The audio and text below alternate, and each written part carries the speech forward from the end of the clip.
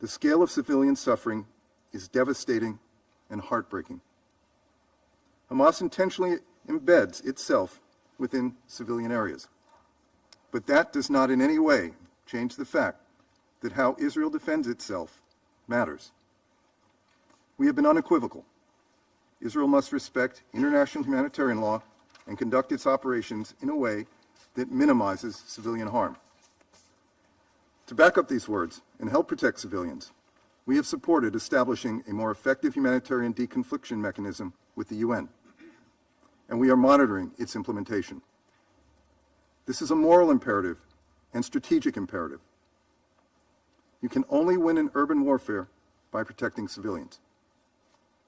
In every conversation, we also have underscored that Israel must avoid further mass displacement of civilians in the south of Gaza, many of whom previously fled violence.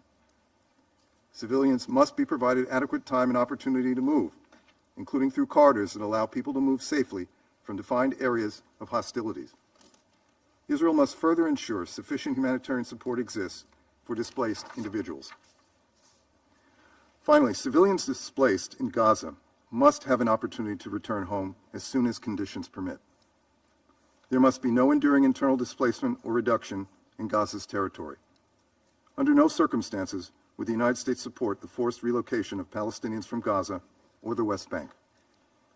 Although the extended humanitarian pause has ended, again, by Hamas's choice, we have been clear that humanitarian aid must not only continue, it must be expanded. We welcome the Israeli government's decision to open Kerem Shalom for inspections and screening of humanitarian goods. We will continue to be in touch with Israel to ensure this happens, and on the timeline committed. We also welcome the Israeli government's decision to ensure the provision of fuel that meets requisite needs to sustain the humanitarian assistance operation, including vital civilian infrastructure. Both of these outcomes are a result of intensive U.S. engagement with all parties and are consistent with Resolution 2712. They lay the foundation to expand sustained, desperately needed humanitarian aid.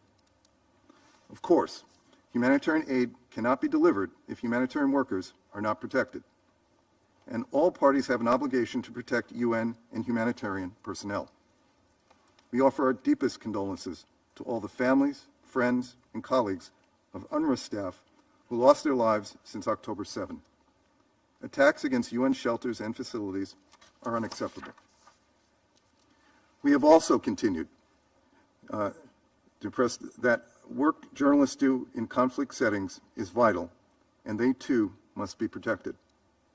Israel must avoid damage to civilian infrastructure like hospitals, power stations, water facilities, and telecommunications infrastructure.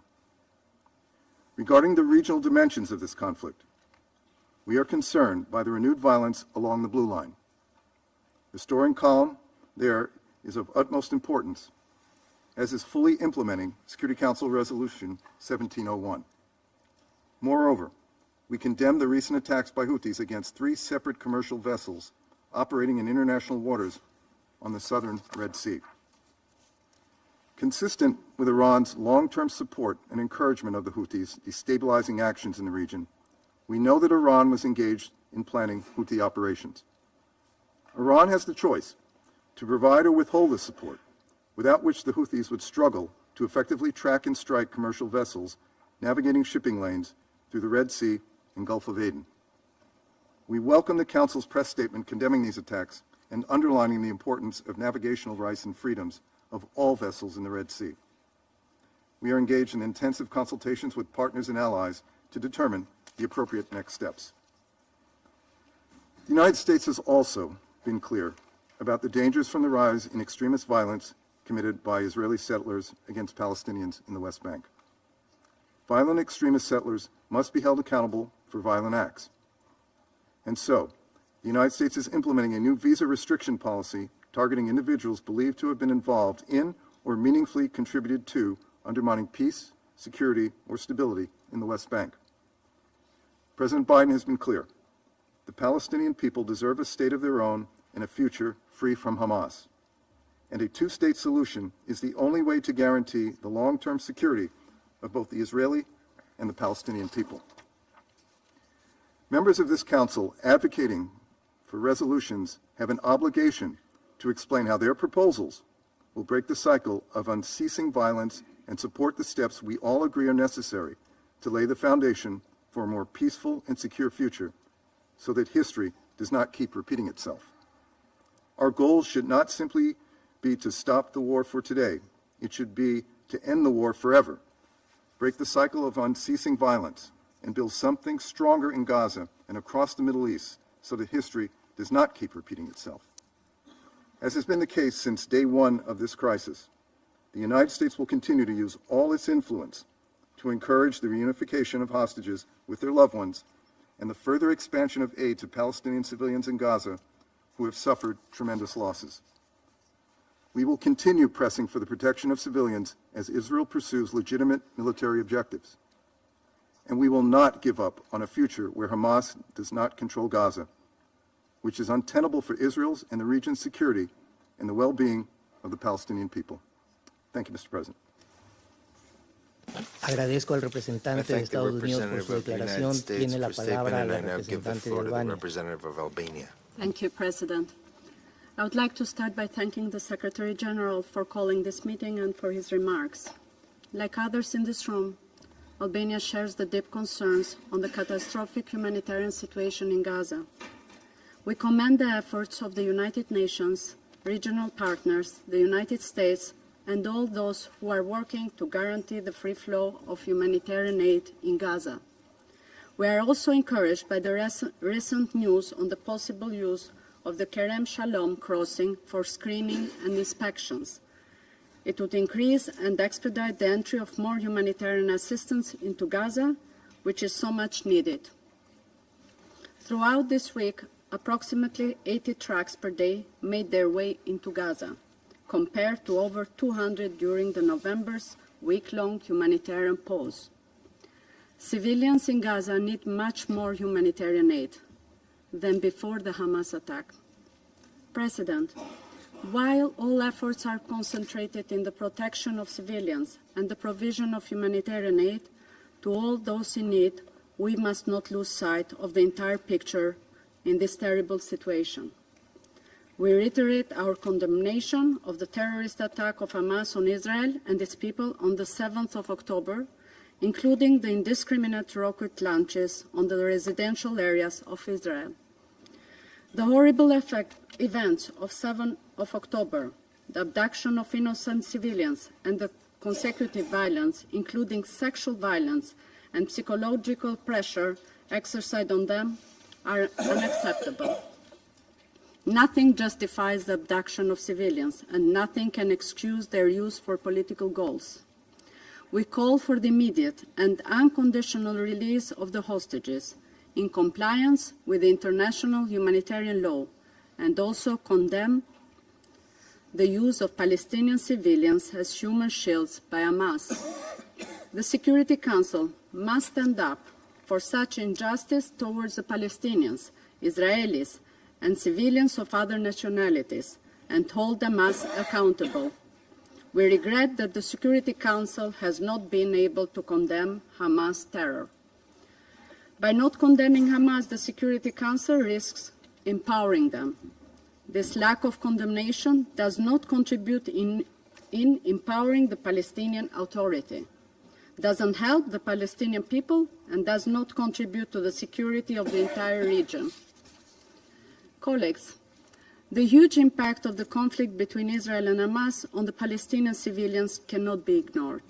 We call on Israel to fully comply with international humanitarian law and to exercise the principle of proportionality and distinction in its military operations. Protection of civilians at war is a must, and lives matter the same, Israelis and Palestinians alike. More should be done in protecting them and the civilian infrastructure. Furthermore, we call on Israel to address the issue of the increased settlers' violence on Palestinian civilians in the West Bank. We deplore the extremist violence and call for those responsible to be held accountable. In conclusion, President, while all efforts are invested towards restoring the calm on the ground, the international community must also seek to restore the perspective of a political horizon based on securing Israel's right to exist and its security on one hand, and a viable pathway for Palestinians to have their own state and freedom on the other hand.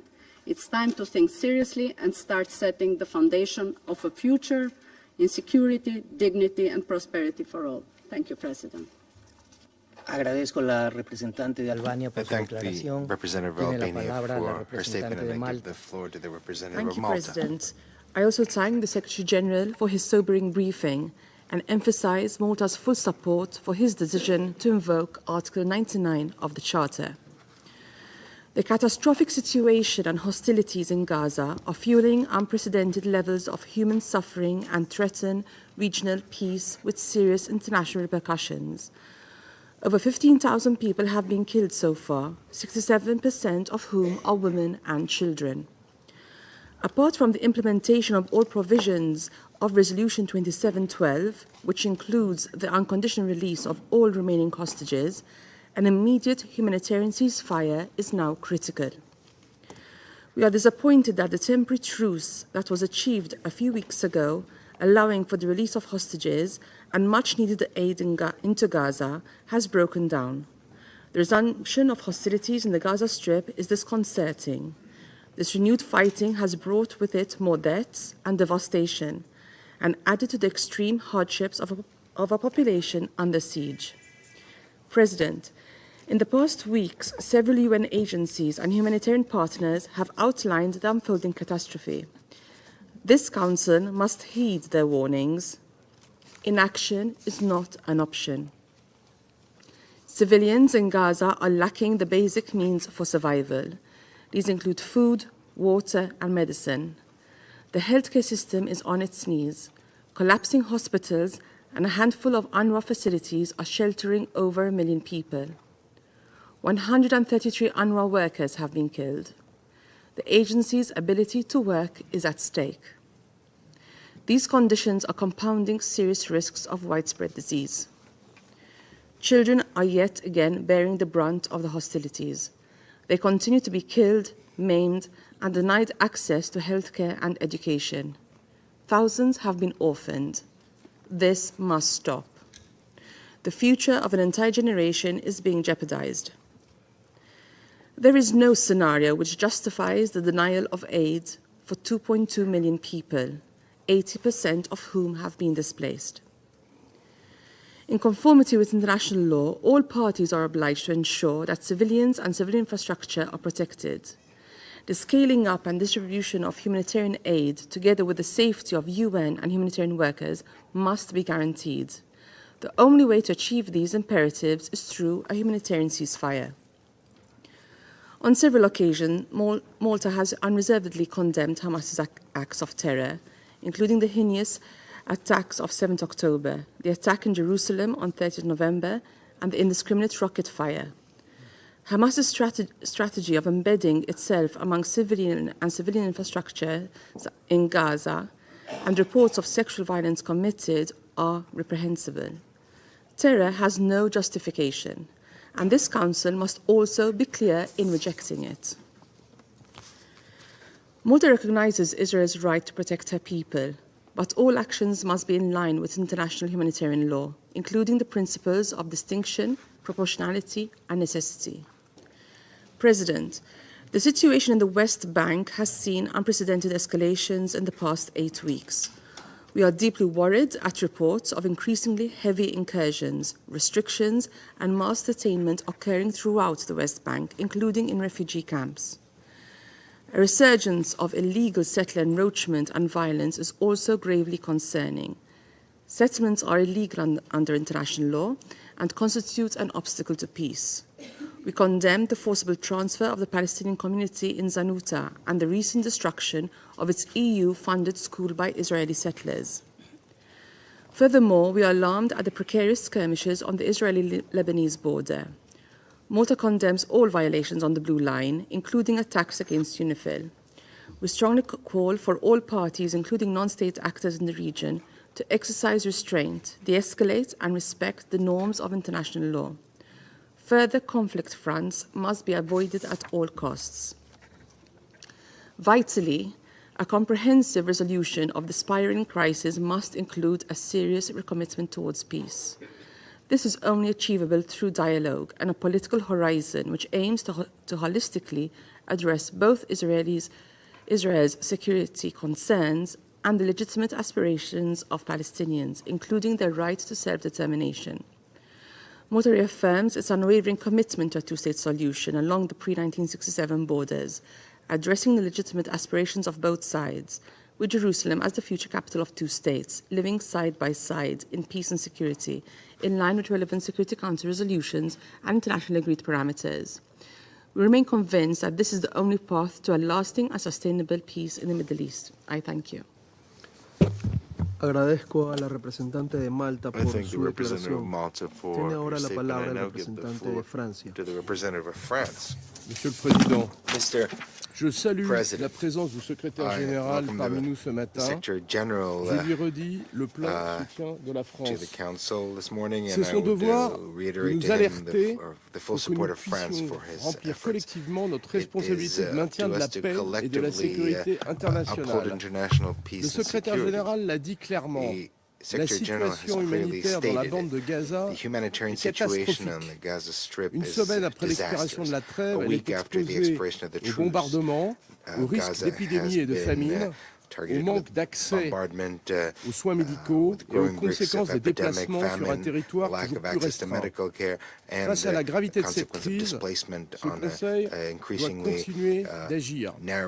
La France propose une nouvelle trêve humanitaire immédiate et durable qui doit conduire à un cessez-le-feu pérenne. Cela est nécessaire pour acheminer davantage d'aide. Les acteurs humanitaires ne sont plus en mesure de mener leurs opérations. Un accès sûr et sans entrave doit être assuré et le droit international humanitaire doit être respecté. La protection des populations civiles, des infrastructures civiles et de santé et des personnels humanitaires doit être pleinement garanti. L'accès à l'eau, au carburant, aux médicaments, à la nourriture et aux biens de base doit être assuré. L'ouverture de nouveaux points de passage est nécessaire, y compris celui de Kerem Shalom, tout comme l'augmentation du volume passant par Rafah. Les procédures de contrôle ne doivent pas retarder l'acheminement de l'aide. Agir, c'est aussi poursuivre notre mobilisation. C'était l'objet de la réunion suivie de la conférence du 9 novembre, présidée par la ministre Catherine Colonna, qui s'est tenue le 6 décembre. La conférence du 9 novembre avait permis de recueillir plus d'1 milliard d'euros. Nous devons faire plus encore, y compris à travers l'UNRWA. La France a déjà annoncé 100 millions d'euros additionnels pour 2023, dont 54 millions pour l'UNRWA, ainsi qu'un nouvel envoi de fret humanitaire de 600 tonnes qui s'ajoute aux 200 tonnes déjà acheminées. Elle soigne aussi des civils sur le porte-hélicoptère Dixmude. Agir, c'est aussi en finir avec le Hamas et les autres groupes terroristes qui ont commis les pires exactions le 7 octobre, y compris les violences sexuelles. Il est inacceptable que ce Conseil n'ait pas encore pu condamner ces actes. Israël peut compter sur le soutien de la France pour lutter contre le Hamas. Elle a adopté des mesures contre les commandants du Hamas en vue de les étendre au niveau européen. Le Hamas et les autres groupes doivent libérer tous les otages immédiatement et sans condition. Monsieur le Président, la situation en Cisjordanie est préoccupante. La France condamne fermement les récentes décisions en matière de colonisation et les violences exercées par des groupes de colons. Les autorités israéliennes doivent les faire cesser et poursuivre leurs auteurs. La France envisage pour sa part des mesures d'interdiction du territoire français et de gel d'avoirs. Elle se mobilise pour éviter un embrasement régional et elle appelle toutes les parties à la retenue. La poursuite des affrontements à la frontière entre le Liban et Israël est très préoccupante. Je rappelle notre attachement à la pleine mise en œuvre de la résolution 1701 par toutes les parties concernées.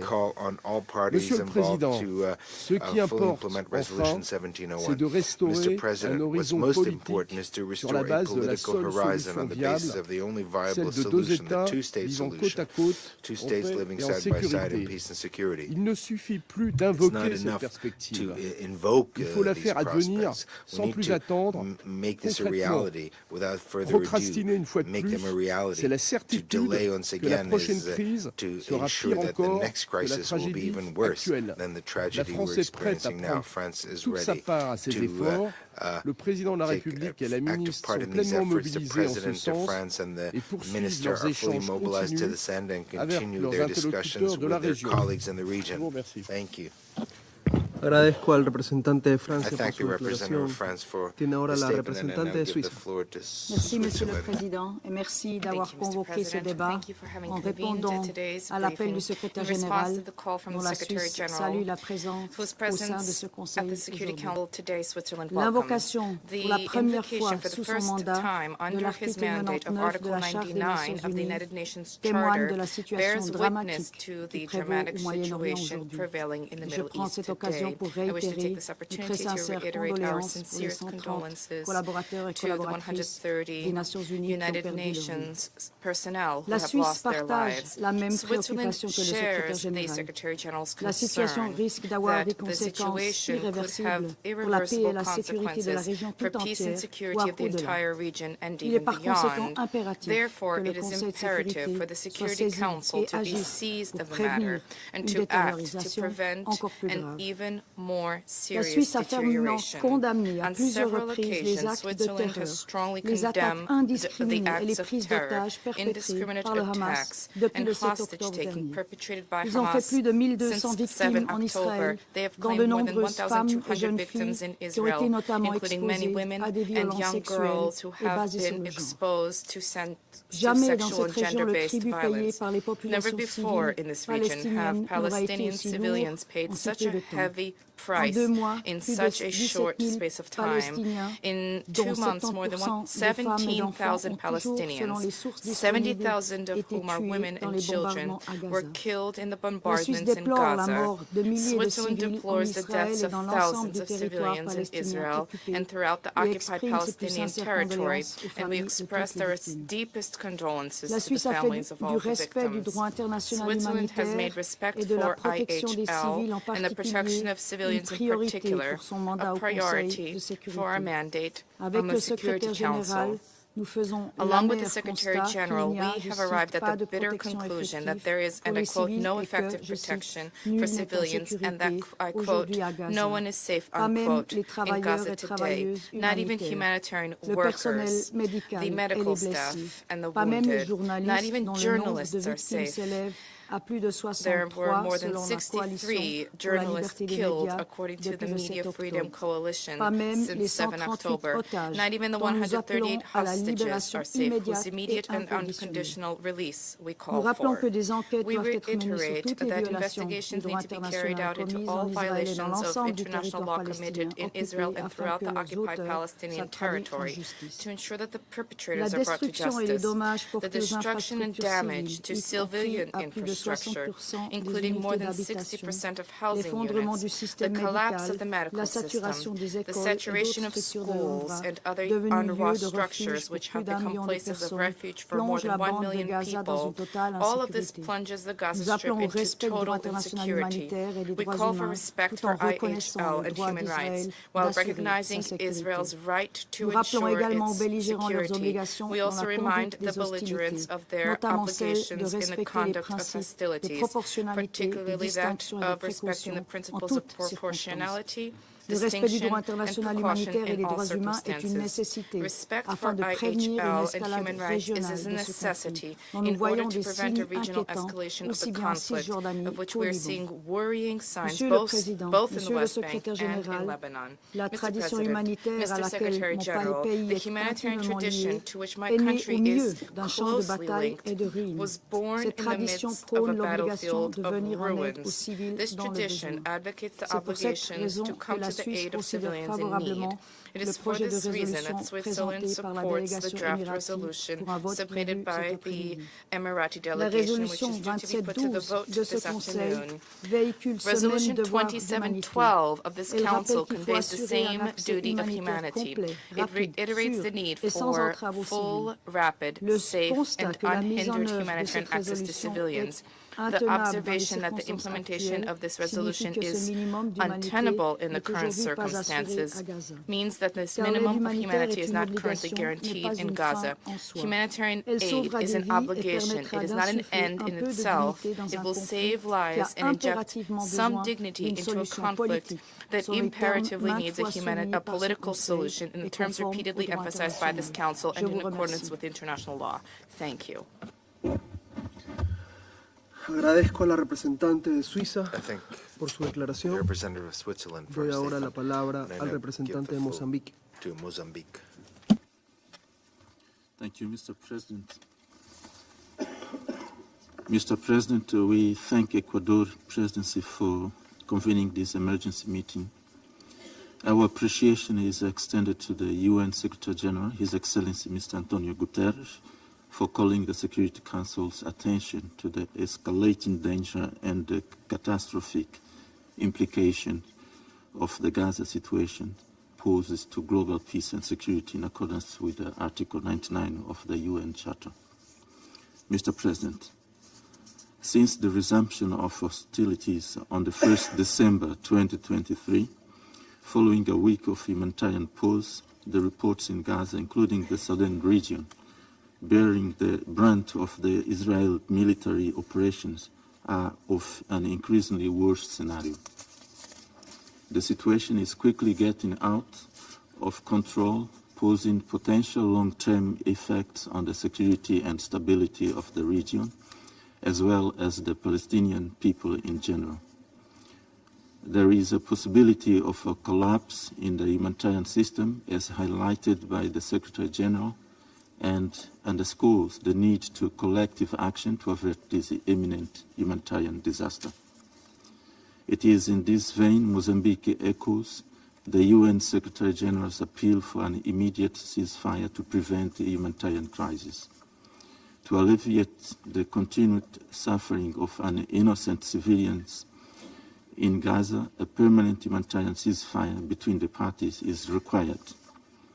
The repeated warnings from UN agencies, humanitarian organizations, and other players of an impending monumental humanitarian crisis in Gaza should prompt us to take immediate action.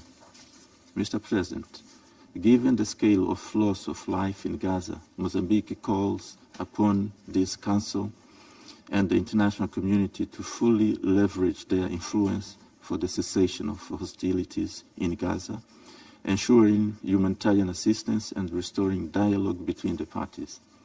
We urge the Israeli authorities to implement the Security Council Resolution 2712 of November 15, 2023, to enable the delivery of life-saving supplies and services that are vital to the survival and well-being of the defenseless civilians, particularly children.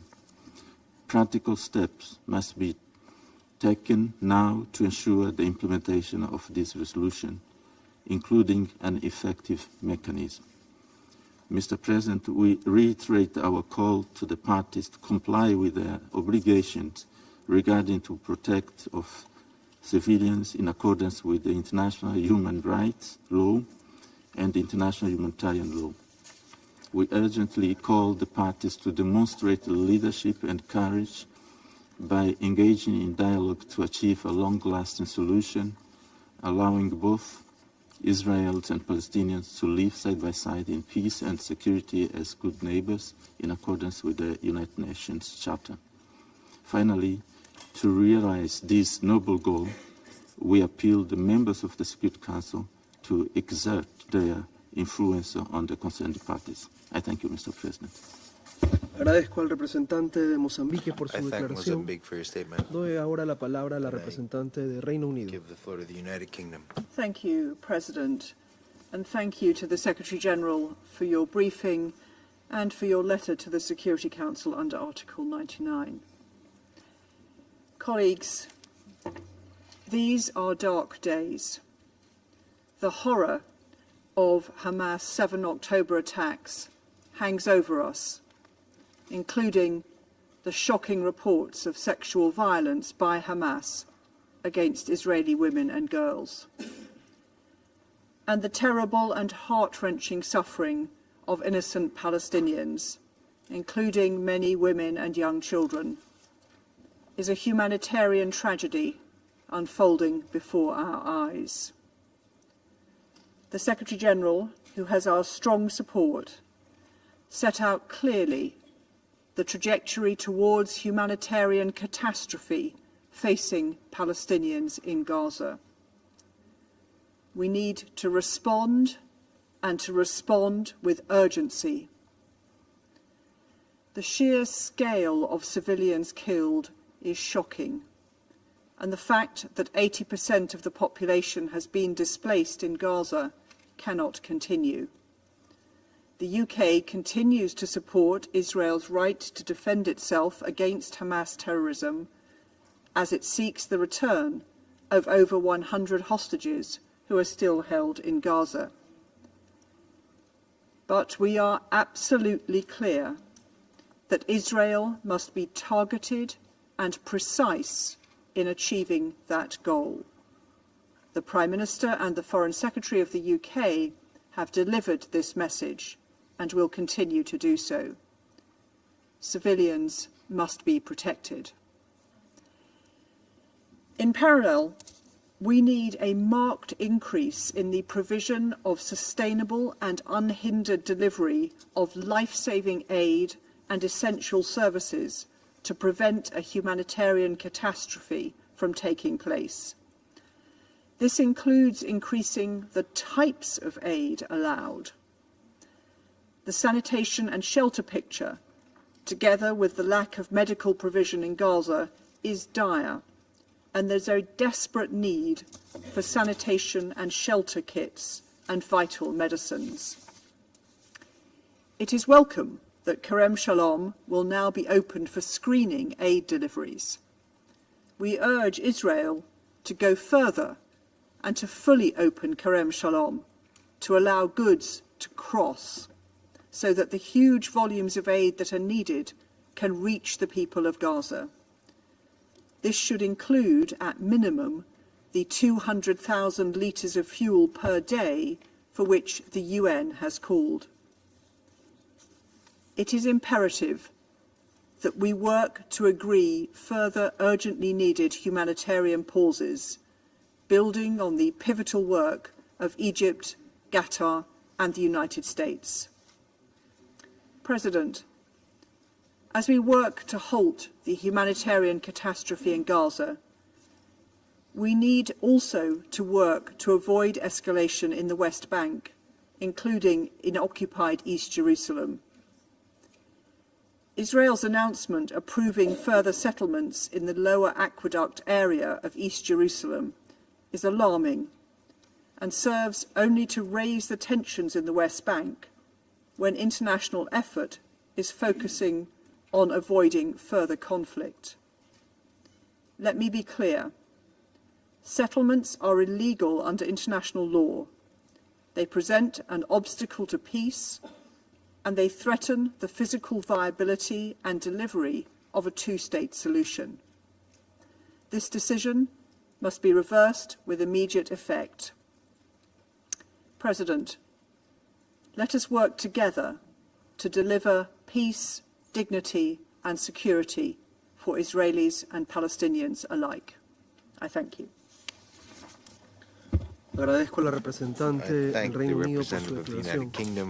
Tiene ahora la palabra el representante de Gabón.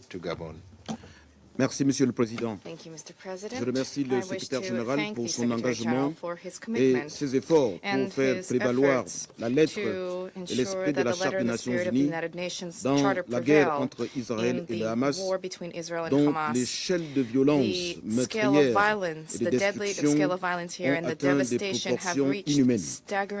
Nous exprimons notre profonde appréciation et notre soutien pour l'importante mesure de responsabilité du secrétaire responsibility of the Secretary General in invoking Article 99 of the Charter of the United Nations. The United Nations Security Council has a duty to respond without further delay to the formal unprecedented call of the Secretary General in light of the magnitude of the unbearable humanitarian disaster that is taking place before our eyes in the siege of Gaza. There is a vital, fundamental need to achieve an immediate ceasefire to end the tragedy in Gaza. In light of the magnitude of the situation and the gravity of the threats to international regional peace and security and the risks of conflagration, we need to rekindle the hope that was generated in the adoption by the Security Council Resolution 2712, dating 15 November 2023. Distinguished colleagues, no calculation is acceptable when it comes to saving human lives. Gabon firmly condemns all attacks which target civilian populations. We call upon all parties to exercise restraint. We call on all parties to comply with their obligations under international humanitarian law. It is more urgent than ever before to establish a humanitarian ceasefire. The Security Council has a duty to unstintingly persevere in efforts to that end in order to save human lives, particularly the lives of children, of women, and of civilian populations in Gaza and the region. Likewise, we need to insist that humanitarian assistance be delivered without obstacles and in sufficient quantities in a manner that respects humanitarian law. We wish to reiterate the fact that there is an overriding need for all hostages to be free. We reiterate that the civilian population, that civilians being used as human shields is not acceptable. We reiterate the humanitarian collective punishment targeting civilian populations is unacceptable. We reiterate that the right to legitimate defense of Israel needs to include respect for the principle of proportionality, of distinction and precaution. The Security Council has a duty to adopt a firmer commitment to ensure accountability for grave violations of international law.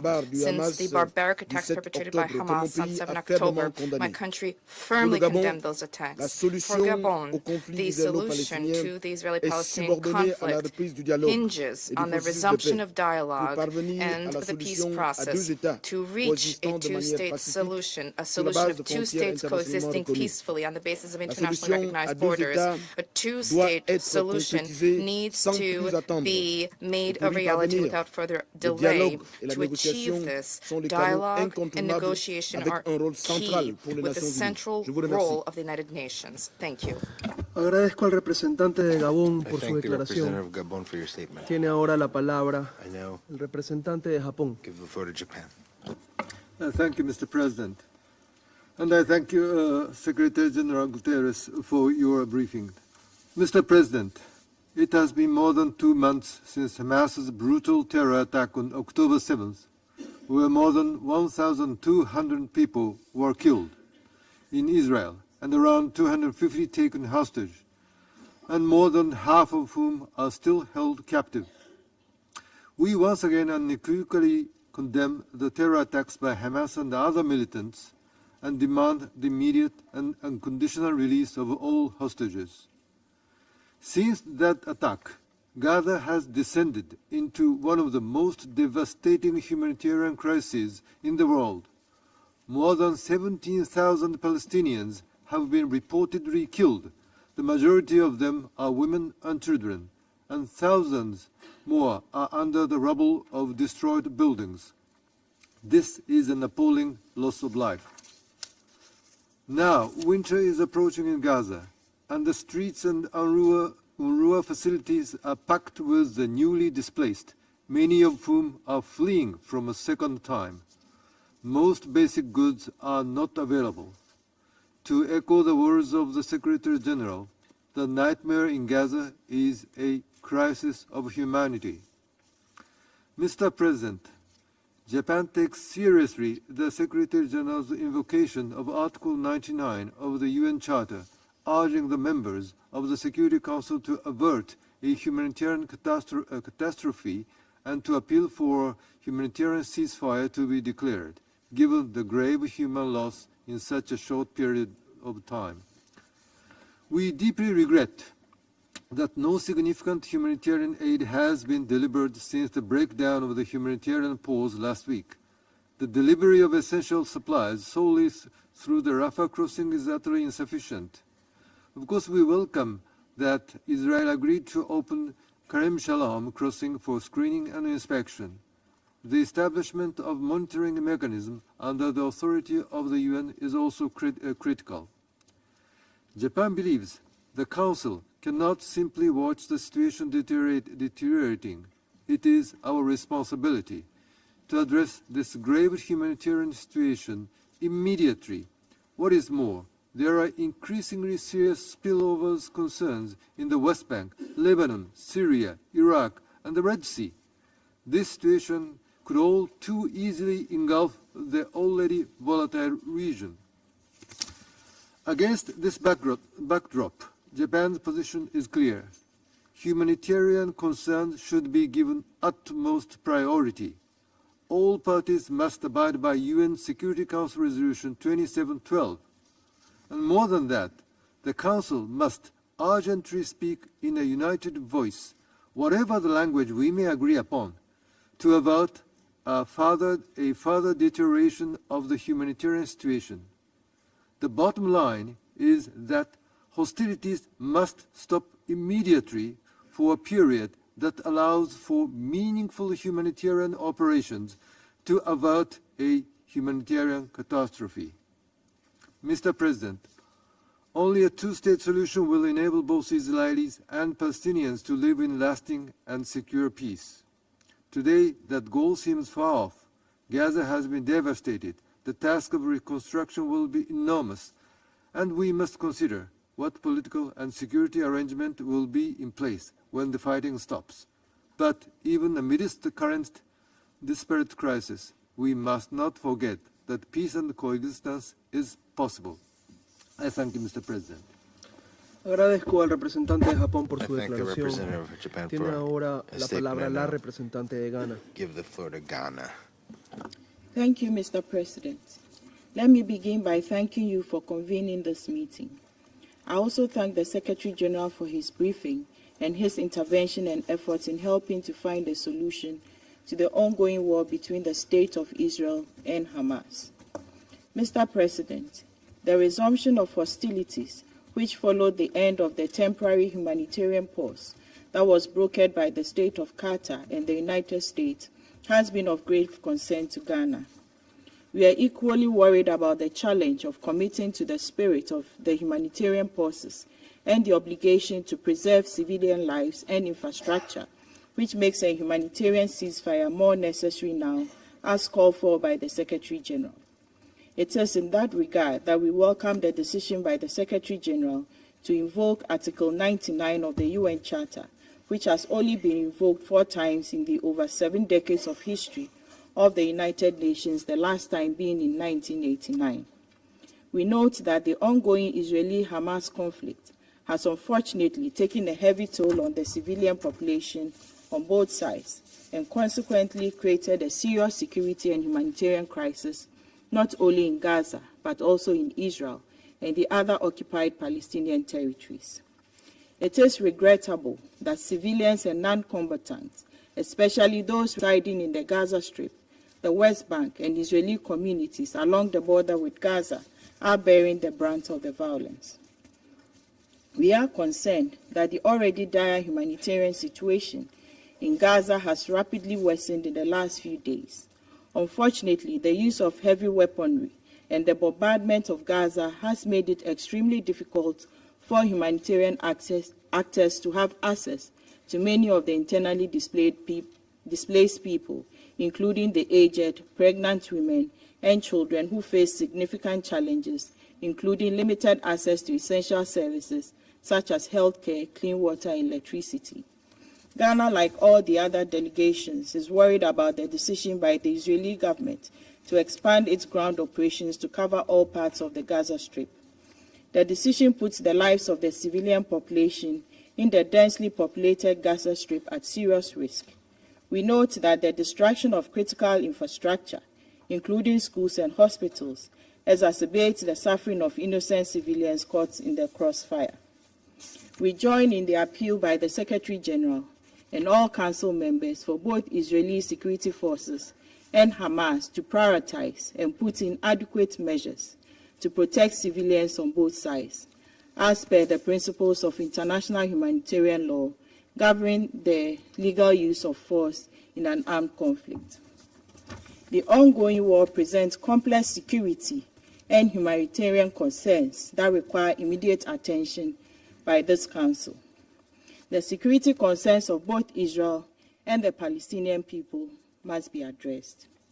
International cooperation, direct diplomatic negotiations, and a commitment by both Israel and Palestinian Authority to engage in frank dialogue are essential to address the underlying causes of the conflict and for achieving lasting peace for both Israelis and Palestinians. The security of Israel and the inalienable rights of the Palestinian people for their homeland lies in a deepened commitment to a negotiated two-state solution on the basis of the pre-1967 borders with Jerusalem as the shared capital.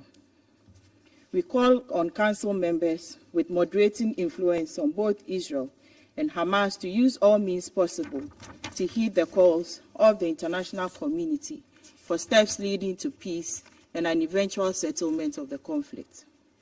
In closing, we wish to reiterate our long-held belief that it is only through a comprehensive and inclusive approach that the Middle East question can be settled. I thank you. Agradezco a la representante de Ghana por su declaración. Tiene ahora la palabra el representante de Brasil.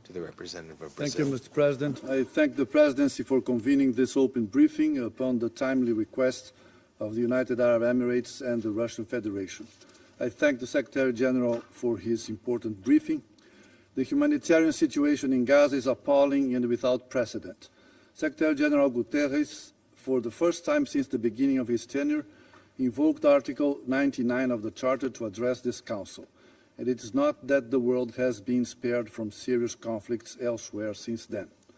We commend the Secretary General's initiative, which convenes another express call for a humanitarian ceasefire in Gaza. Appeals for a humanitarian ceasefire from the international community, the United Nations, humanitarian actors, and also by all members of this Council have justifiably multiplied over the past weeks after more than 2 months of conflict. An urgent ceasefire is even more needed now since the resumption of hostilities. The conflict has brought the humanitarian system in support of civilian lives in Gaza to the point of total and unprecedented collapse.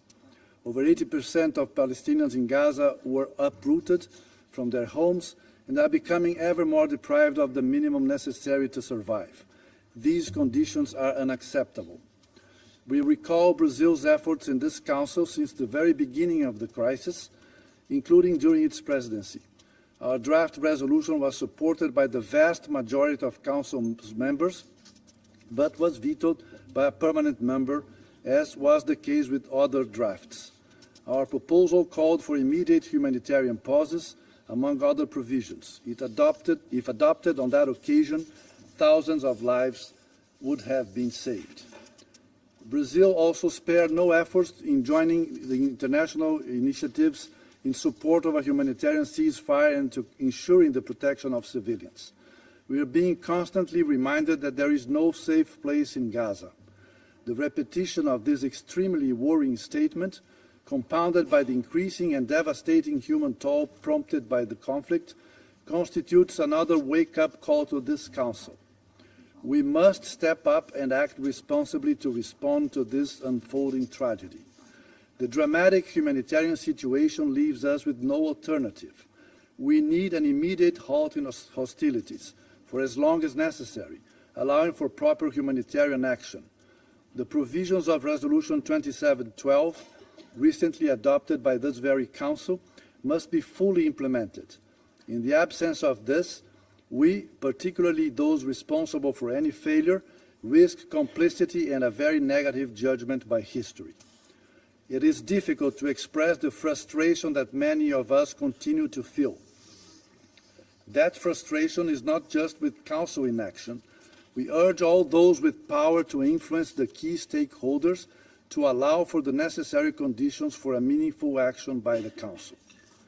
Mr. President, once again, it is necessary to reiterate that obligations under international law, and especially international humanitarian law, must be respected in any conflict. We recall the need to act according to the principles of distinction, proportionality, necessity, and humanity. The protection of the civilian population and civilian infrastructure is an obligation under international humanitarian law, as is the prohibition of forcibly displacing civilians or the taking of hostages. We reiterate the call to allow access to hostages to the International Red Cross. All this, unfortunately, applies to the current hostilities in Gaza. There can be no politically and morally justifiable attitude towards the growing tragedy in Gaza, other than working to protect civilian lives now and keep up the pressure for the immediate and unconditional release of all hostages still held captive. We members of this Council have more than a moral imperative now. We need to do what is in our reach to stop this humanitarian catastrophe.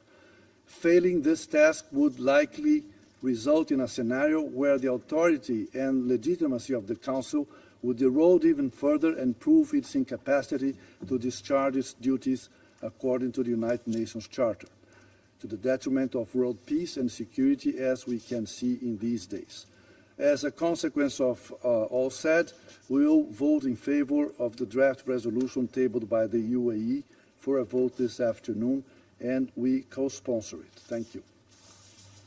Agradezco al representante de Brasil por su declaración. A continuación, formularé una declaración en calidad de representante del Ecuador. Para comenzar, quisiera agradecer al secretario general por su intervención de esta mañana, reiterar el respaldo del Ecuador para su trabajo y el de todo el sistema de las Naciones Unidas en estos difíciles momentos. El pasado miércoles, por primera vez en más de 30 años, se ha invocado el artículo 39 de la Carta, que permite al secretario general llamar la atención de este Consejo hacia cualquier asunto que, a su juicio, pueda amenazar el mantenimiento de la paz y la seguridad internacional. Lo ha hecho ante la magnitud de la pérdida de vidas humanas en Gaza e Israel en los 2 meses transcurridos desde los ataques terroristas perpetrados por Hamas el 7 de octubre. Lo ha hecho porque la situación se está deteriorando rápidamente y para evitar que se derive en otro colapso total, una catástrofe con consecuencias que podrían resultar irreversibles para la paz y la seguridad en la región. Excelencias, colegas, el Ecuador ha sido claro en condenar de manera enérgica e inequívoca los injustificables y atroces ataques terroristas perpetrados por Hamas, así como en demostrar que todos los rehenes sean liberados inmediatamente y sin condición alguna. Lo hemos hecho en repetidas ocasiones en este y en otros foros, y hoy lo volveremos a hacer. Asimismo, hemos sido claros en recordar que el pueblo palestino tiene un derecho inalienable a la libre determinación y aspiraciones legítimas de vivir con seguridad, libertad, justicia, oportunidades y dignidad. Hemos expresado nuestra solidaridad con Israel y con Palestina, porque todas las vidas son valiosas, porque nos duelen todas las muertes, porque no hay justificación alguna para causar dolor y muerte a civiles inocentes. Hemos señalado que Israel tiene el derecho a defender a su población y también la ineludible obligación de respetar los principios del derecho internacional y el derecho internacional humanitario al ejercer tal derecho. También hemos rechazado el uso de civiles como escudos humanos por parte de Hamas. En definitiva, nuestra posición ha sido clara y ha estado fundamentada en el derecho internacional y en la defensa de la vida y la dignidad humana. Estos son los principios que nos guían en este y en todos los temas, sin doble estándar. Colegas, Excelencias, colleagues, excellencies, en coherencia con estos principios y ante el llamado del secretario general, creemos que es ineludible un cese al fuego humanitario que permita aliviar la terrible situación en Gaza y disminuya el riesgo de una expansión de la violencia en la región. Por desgracia, ninguna acción de este Consejo puede recuperar vidas perdidas, pero sí podemos intentar evitar más sufrimiento, más dolor y más muertes. Cada día, cada minuto, cada segundo cuenta, porque cada vida cuenta. Retomo ahora mi rol como presidente del Consejo. Doy ahora la palabra a la representante de Egipto. Muchísimas gracias, señor presidente, y felicitaciones para asumir la presidencia del Consejo de Seguridad. Permítame hablar en árabe, mi lengua. Thank you, Mr. President. Thank you, Mr. President. En nombre del Grupo Árabe. أتحدث إليكم اليوم باسم المجموعة العربية مستحضرا التاريخ، يذكر الجميع بأن الأمم المتحدة التي نتحدث اليوم تحت رايتها أنشئت من رحم معاناة بشرية هائلة أثناء الحرب العالمية الثانية بهدف منع تكرارها. لقد وضعت الدول المؤسسة لميثاق الأمم المتحدة نصب أعينها أن الهدف الأسمى لهذه المنظمة والمهمة والواجب الأول لهذا المجلس المؤقت مجلس الأمن هو ما نص عليه الميثاق وأقتبس: نحن شعوب الأمم المتحدة قد ألينا على أنفسنا أن ننقذ الأجيال المقبلة من ويلات الحروب وأن نؤكد من جديد إيماننا بالحقوق الأساسية للإنسان وبكرامة الفرد. وفي سبيل هذه الغايات اعتزمنا أن نضم قوانا كي نحتفظ بالسلم والأمن الدوليين. نهاية الاقتباس.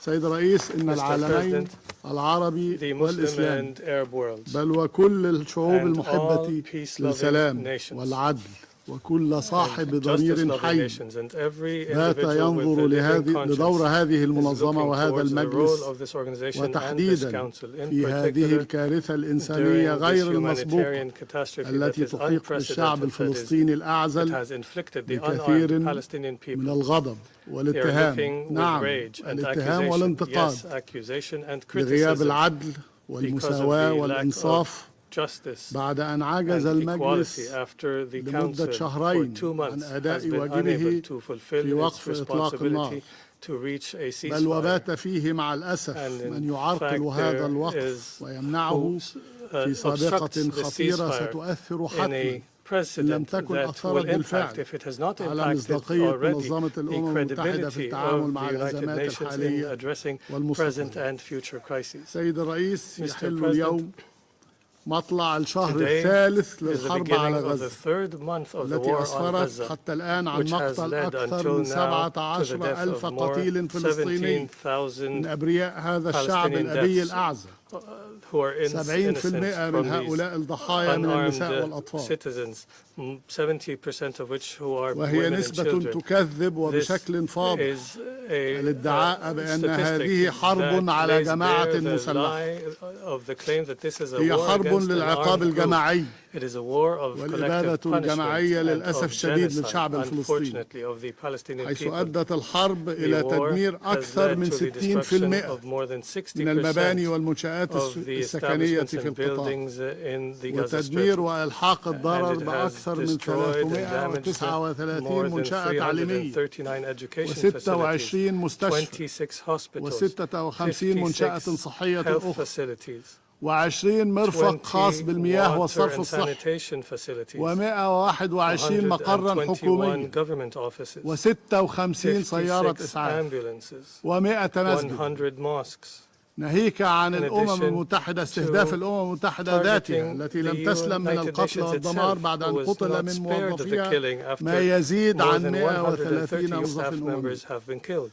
وأود هنا باسم كل العرب أن أشيد بشجاعة ونزاهة العديد من موظفي الأمم المتحدة سواء في الأرض الفلسطينية المحتلة أو في مقر وعلى رأسهم السكرتير العام للأمم المتحدة السيد أنطونيو غوتيريش على أدائهم لمهامهم وواجباتهم ومساعيهم الصادقة لمساعدة الشعب الفلسطيني وما يبدونه من شجاعة وإخلاص في الدفاع عن قيم هذه المنظمة العربية رغم الاستهداف الإجرامي بحقهم ورغم المصاعب التي تفرضها إسرائيل القوة القائمة بالاحتلال على عملهم ورغم ما يتعرضون له من حملة إرهاب وتشويه.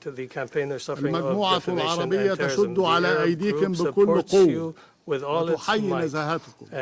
أنطونيو غوتيريش، لازاريني، لين هاستينغز، سيما بحوث، مارتن جريفيث، تور وينسلاند، وسنقف بجواركم طالما استمر وفاؤكم بواجباتكم وحفاظكم على قيم الأمم المتحدة. سيد الرئيس، تسجل المجموعة العربية أمامكم جميعا أن العدوان الإسرائيلي أفضى إلى نزوح أكثر من 1.5 مليون فلسطيني داخل قطاع غزة.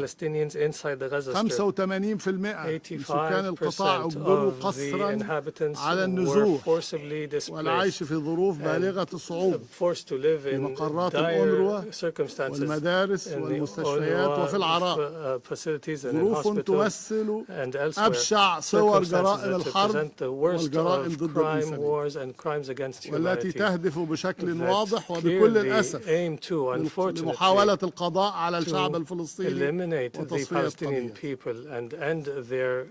سيد الرئيس، في الضفة الغربية والقدس الشرقية أيضا وتصاعد جرائم المستوطنين تحت نظر وحماية الجيش الإسرائيلي، حيث أصبحنا أمام عملية قتل ممنهج حق أبناء الشعب الفلسطيني الذي سقط منه بالضفة الغربية والقدس الشرقية منذ أكتوبر الماضي ما يزيد عن 250 قتيل شهيد، علاوة على العديد من النازحين بسبب التوسعات الاستيطانية، الاستيلاء على البيوت وهدم المنشآت وهجمات المستوطنين الإرهابية. وتسجل المجموعة العربية أن هذا الاحتلال الغاشم يتمادى في غيه أيضا بالهجوم المتكرر على كل من سوريا ولبنان والتي يستهدف خلالها القرى الآمنة في جنوب لبنان والجيش اللبناني والصحفيين الذين ينقلون الحقائق تحت ذرائع واهية وبشكل قد يجر المنطقة بأسرها للمواجهة الإقليمية واسعة. سيد الرئيس، تدعو المجموعة العربية مجلس الأمن للنهوض بواجباته ومسؤولياته تجاه حفظ السلم والأمن الدوليين، وتطالبه في هذا السياق بوقف إطلاق النار الإنساني فورا وفقا لمشروع القرار العربي المطروح أمامكم لحقن الدماء. تلك فرصة للمجلس لإنقاذ ما يمكن إنقاذه بعد أكثر من 60 يوما من اندلاع الحرب. كما ندعو المجلس أيضا للتعامل الحثيث مع الوضع الإنساني المأساوي في قطاع غزة. وقد وضعت الإمارات العربية المتحدة العضو العربي بالمجلس أيضا نظركم مشروع قرار إنساني آخر بهدف دفع تدفق المساعدات الإنسانية إلى المدنيين الفلسطينيين عبر كافة المعابر. السيد الرئيس، تشدد المجموعة العربية مجددا بأن المطالبة بوقف إطلاق النار وفتح المعابر والسماح بعبور المساعدات الإنسانية ليست استرحاما أو استعطافا، ولكنه حق أصيل من حقوق المدنيين وسخطه الأطر القانونية الدولية والمبادئ المتعارف عليها لحقوق الإنسان، كما أنه واجب والتزام سياسي وقانوني وأخلاقي يقع على عاتق مجلس الأمن والمجتمع الدولي بأسره. on all of us. سيد الرئيس، السادة أعضاء Mr. المجلس، President, إن العرب distinguished هم members of the الذين Council, the بادروا Arabs بالسلام مع were the ones who إسرائيل initiated peace with وعربوا Israel لعقود طوال and for long بتمسك decades وتطلع have للحل expressed السلمي their commitment to a political solution رغم رفض إسرائيل despite التجاوب مع دعاوى the السلام rejection of Israel to ورغم الجرائم engage with the calls الإسرائيلية for peace المتكررة ضد and despite the المدنيين repeated crimes of Israel ورغم against التطرف civilians الفكري and despite والعقائدي the المتصاعد في ideological إسرائيل extremism that is on the rise in Israel. متمسكين The بالسلام Arabs continue to commit to لأنهم peace يدركون because they جيدا understand كأصحاب حضارة well عريقة as أن people العنف of لن a يؤدي civilization that وأن violence will not lead الإبادة to لن peace تنجح في and تصفية genocide will قضية not شعب succeed in ending the وأن cause of a الحوار nation and that وأن الحوار والتعايش السلمي هو dialogue and السبيل peaceful الوحيد coexistence للاستقرار are في the المنطقة only way for stability to be وهو achieved in ما the region. يدفعنا بعد This أن is what نوقف leads تلك us الحرب after المدمرة ending this destructive war للتمسك باستئناف to العملية commit السياسية في to أسرع وقت resuming the political process بهدف as تحقيق soon as السلام possible in العادل order to والشامل achieve a just في and منطقة الشرق lasting الأوسط comprehensive peace in the من Middle East خلال إنشاء الدولة through the establishment الفلسطينية of a على Palestinian حدود state الرابع on من يونيو the borders of June 4th, 1967 1967 with وعاصمتها East Jerusalem القدس as الشرقية its capital. وخالص الشكر سيد الرئيس. Thank you very much, Mr. President. Agradezco la palabra al representante de Egipto. Egypt. Tiene ahora la palabra la representante de Qatar. شكرا لكم السيد الرئيس. ألقي هذا البيان باسم الدول الأعضاء بمجلس التعاون لدول الخليج العربية، دولة الإمارات العربية المتحدة، مملكة البحرين والمملكة العربية السعودية وسلطنة عمان ودولة قطر ودولة الكويت. وبداية نشكركم على عقد هذا الاجتماع كما ونشكر الأمين العام للأمم المتحدة على مشاركته القيمة. سيد الرئيس، في ظل التطورات الخطيرة التي يشهدها قطاع غزة، فإن دول مجلس التعاون تدين العدوان الإسرائيلي وتحمل إسرائيل المسؤولية القانونية عن اعتداءاتها المستمرة التي طالت المدنيين الأبرياء وأسفرت عن قتل آلاف المدنيين في قطاع غزة، معظمهم من النساء والأطفال، في انتهاك صريح للقانون الدولي والقانون الدولي الإنساني. وترفض دول مجلس التعاون أي مبررات وذرائع لوصف العدوان الإسرائيلي على قطاع غزة بأنه دفاع عن النفس، وتطالب دول مجلس التعاون المجتمع الدولي باتخاذ الإجراءات اللازمة ضمن القانون الدولي للرد على ممارسات الحكومة الإسرائيلية to consider the Israeli aggression as an act of self-defense. The international community must take necessary steps in the framework of international law to react to Israeli practices and the measures of collective punishment against the inhabitants of Gaza. We invite the international community to provide protection to brethren Palestinian people. We reject measures leading to the forced displacement of the inhabitants of Gaza. We condemn that the occupation forces are targeting civilian infrastructures, including schools, hospitals, and refugee shelters. الذي يدين المنع غير القانوني من إيصال المساعدات الإنسانية ويدين استخدام تجويع المدنيين كأسلوب من أساليب القتال. وتشيد دول مجلس التعاون بنجاح جهود الوساطة التي بذلتها دولة قطر بالتعاون مع جمهورية مصر العربية والولايات المتحدة الأمريكية للتوصل إلى الهدنة الإنسانية وتمديدها التي سمحت بتبادل الأسرى وإيصال المساعدة. وتعرب عن الأسف بتوقف الدنيا وتدين توسع الهجمات الإسرائيلية وامتدادها إلى جنوب غزة بما يهدد حياة الملايين من النازحين. وتعرب عن القلق البالغ حيال توقف العديد من الوكالات الأممية والمنظمات الإنسانية عن أنشطتها بسبب نفاذ الموارد ونقص الوقود وغياب الأمن. سيد الرئيس، إننا نرحب باعتماد قرار مجلس الأمن رقم 2712 الذي يدعو إلى إقامة هدى وممرات إنسانية عاجلة ممتدة في جميع أنحاء قطاع غزة، ونطالب بضرورة الالتزام بتنفيذه بالكامل، ونتطلع إلى سرعة وضع الآليات الملائمة لمراقبة تنفيذه. throughout نشيد Gaza, بالخطوة التي اتخذها الأمين العام بتوجيه رسالة إلى مجلس الأمن بموجب المادة 99 من ميثاق الأمم المتحدة. طالب فيها الأمين العام المجلس بإعلان وقف إنساني عاجل لإطلاق النار.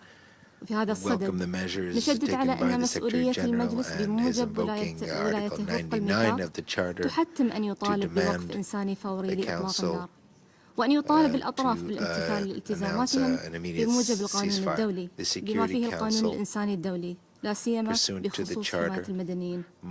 ولذلك فإننا ندعو المجلس إلى أن يعتمد اليوم القرار المقدم من قبل دولة الإمارات العربية المتحدة باسم المجموعة العربية.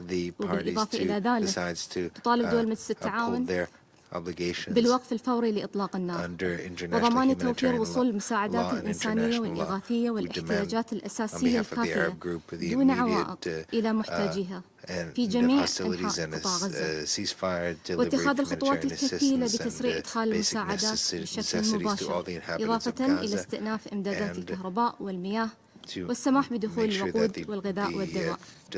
سيد الرئيس، لقد سارعت دول مجلس التعاون إلى تقديم المساعدات الإنسانية الإغاثية للأشقاء في غزة، إضافة إلى الدعم المالي المستمر لتلبية الاحتياجات الإنسانية ودعم أنشطة الأمم المتحدة وخاصة وكالة الأنروا التي ازدادت احتياجاتها في ظل الدور المحوري الذي تؤديه خاصة في ضوء الاعتداءات الإسرائيلية على منشآتها وموظفيها. بهذا الخصوص ندعو المجتمع الدولي إلى زيادة الدعم الإنساني العاجل لصالح نداءات الأمم المتحدة الإنسانية ووكالة الأنروا. سيد الرئيس، تؤكد دول مجلس التعاون على مواقفها الثابتة من مركزية القضية الفلسطينية وإنهاء الاحتلال الإسرائيلي ودعمه لسيادة الشعب الفلسطيني على جميع الأراضي الفلسطينية المحتلة منذ يونيو عام 1967 وتأسيس الدولة الفلسطينية المستقلة وعاصمتها القدس الشرقية وضمان حقوق اللاجئين وفق مبادرة السلام العربية وقرارات الشرعية الدولية، مؤكدة على ضرورة مضاعفة جهود المجتمع الدولي لحل الصراع بما يلبي جميع الحقوق المشروعة للشعب الفلسطيني الشقيق وفق تلك الأسس. في هذا الإطار تدعم دول مجلس التعاون مبادرة المملكة العربية السعودية والاتحاد الأوروبي وجامعة الدول العربية لإحياء عملية السلام في الشرق الأوسط بالتعاون مع جمهورية مصر العربية والمملكة الأردنية الهاشمية. كما تدعو مجلس الأمن إلى إصدار قرار باستكمال الاعتراف الدولي بدولة فلسطين المستقلة وأن تنال العضوية الكاملة للأمم المتحدة. ختاما السيد الرئيس، نغتنم هذه الفرصة لنعرض مجددا عن وقوف دول مجلس التعاون مع الشعب الفلسطيني الشقيق أثناء هذه المحنة الرهينة ودعمها لثباته على أرضه وتضامنها التام معه إلى حين حصوله على جميع حقوقه المشروعة. وشكرا لكم السيد الرئيس.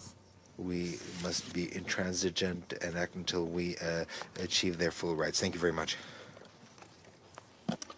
Agradezco a la representante de Qatar. Tiene ahora la palabra el representante de Indonesia. To the representative of Indonesia.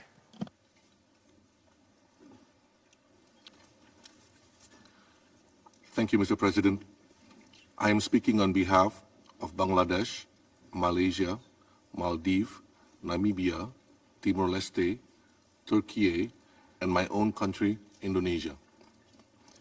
Mr. President, in one autumn season, the world stood by and watched over 16,000 people killed in Gaza, whole families and generations wiped out, including more than 6,000 children.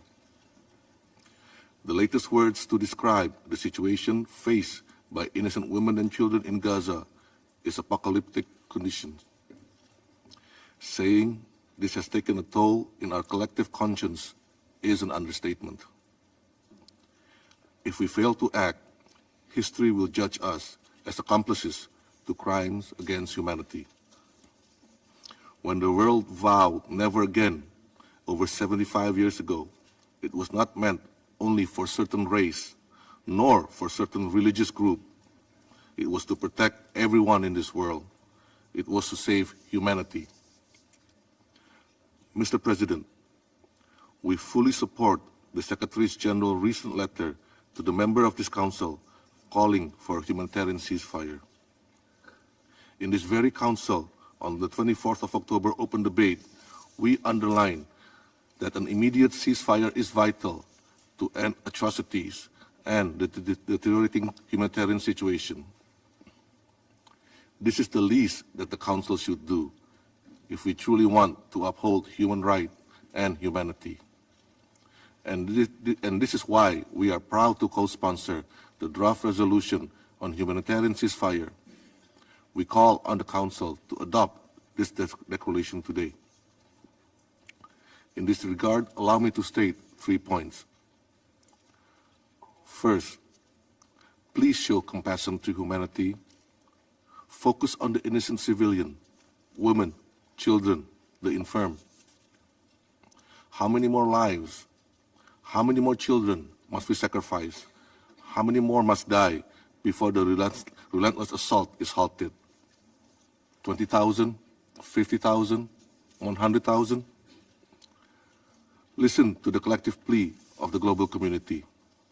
Stop the attack on women and children in Gaza.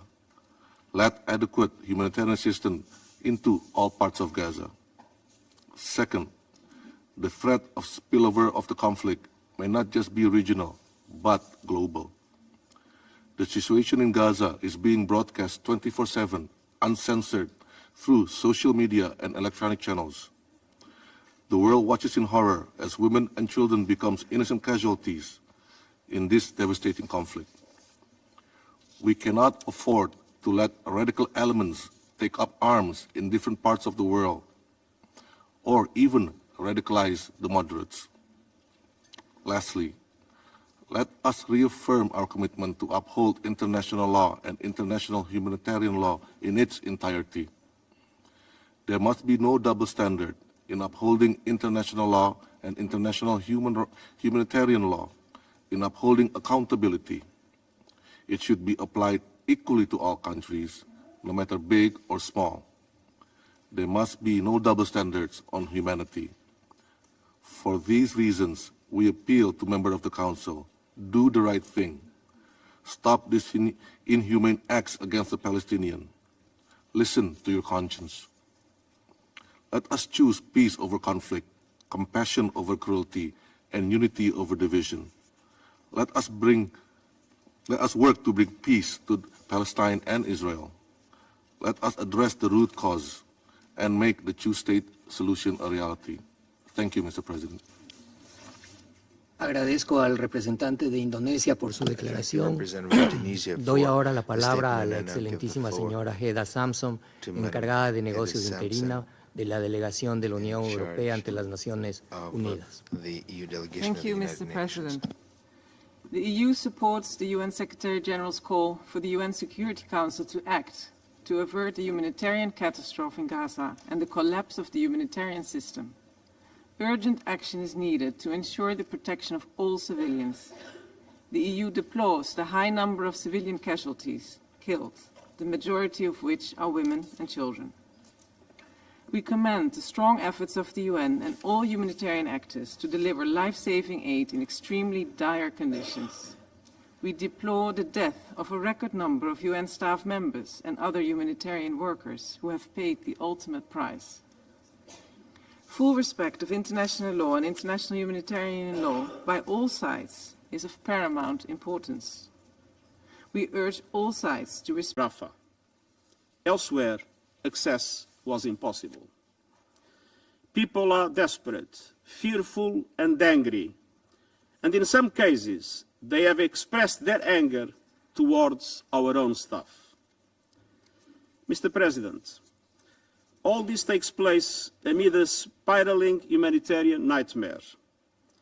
First, there is no effective protection of civilians. More than 17,000 Palestinians have reportedly been killed since the start of Israel's military operations. This includes more than 4,000 women and 7,000 children. Tens of thousands are reported to have been injured and many are missing, presumably under the rubble. And all these numbers are increasing by the day. Attacks from air, land and sea are intense, continuous and widespread.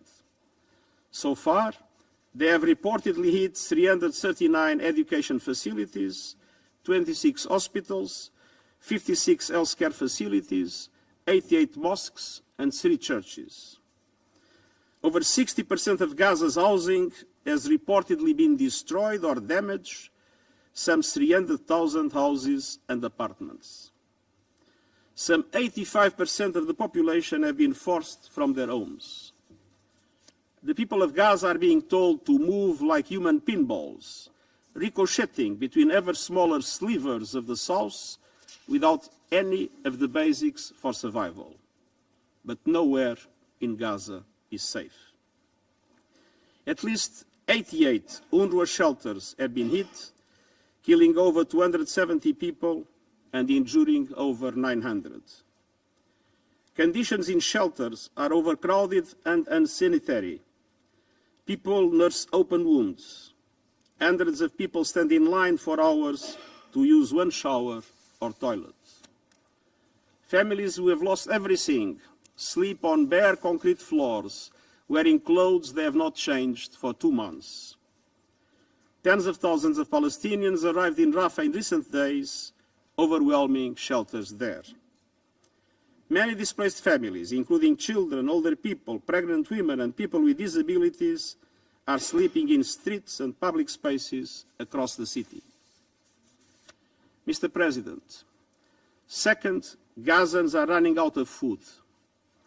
According to the World Food Programme, there is a serious risk of starvation and famine. In northern Gaza, 97% of households are not eating enough.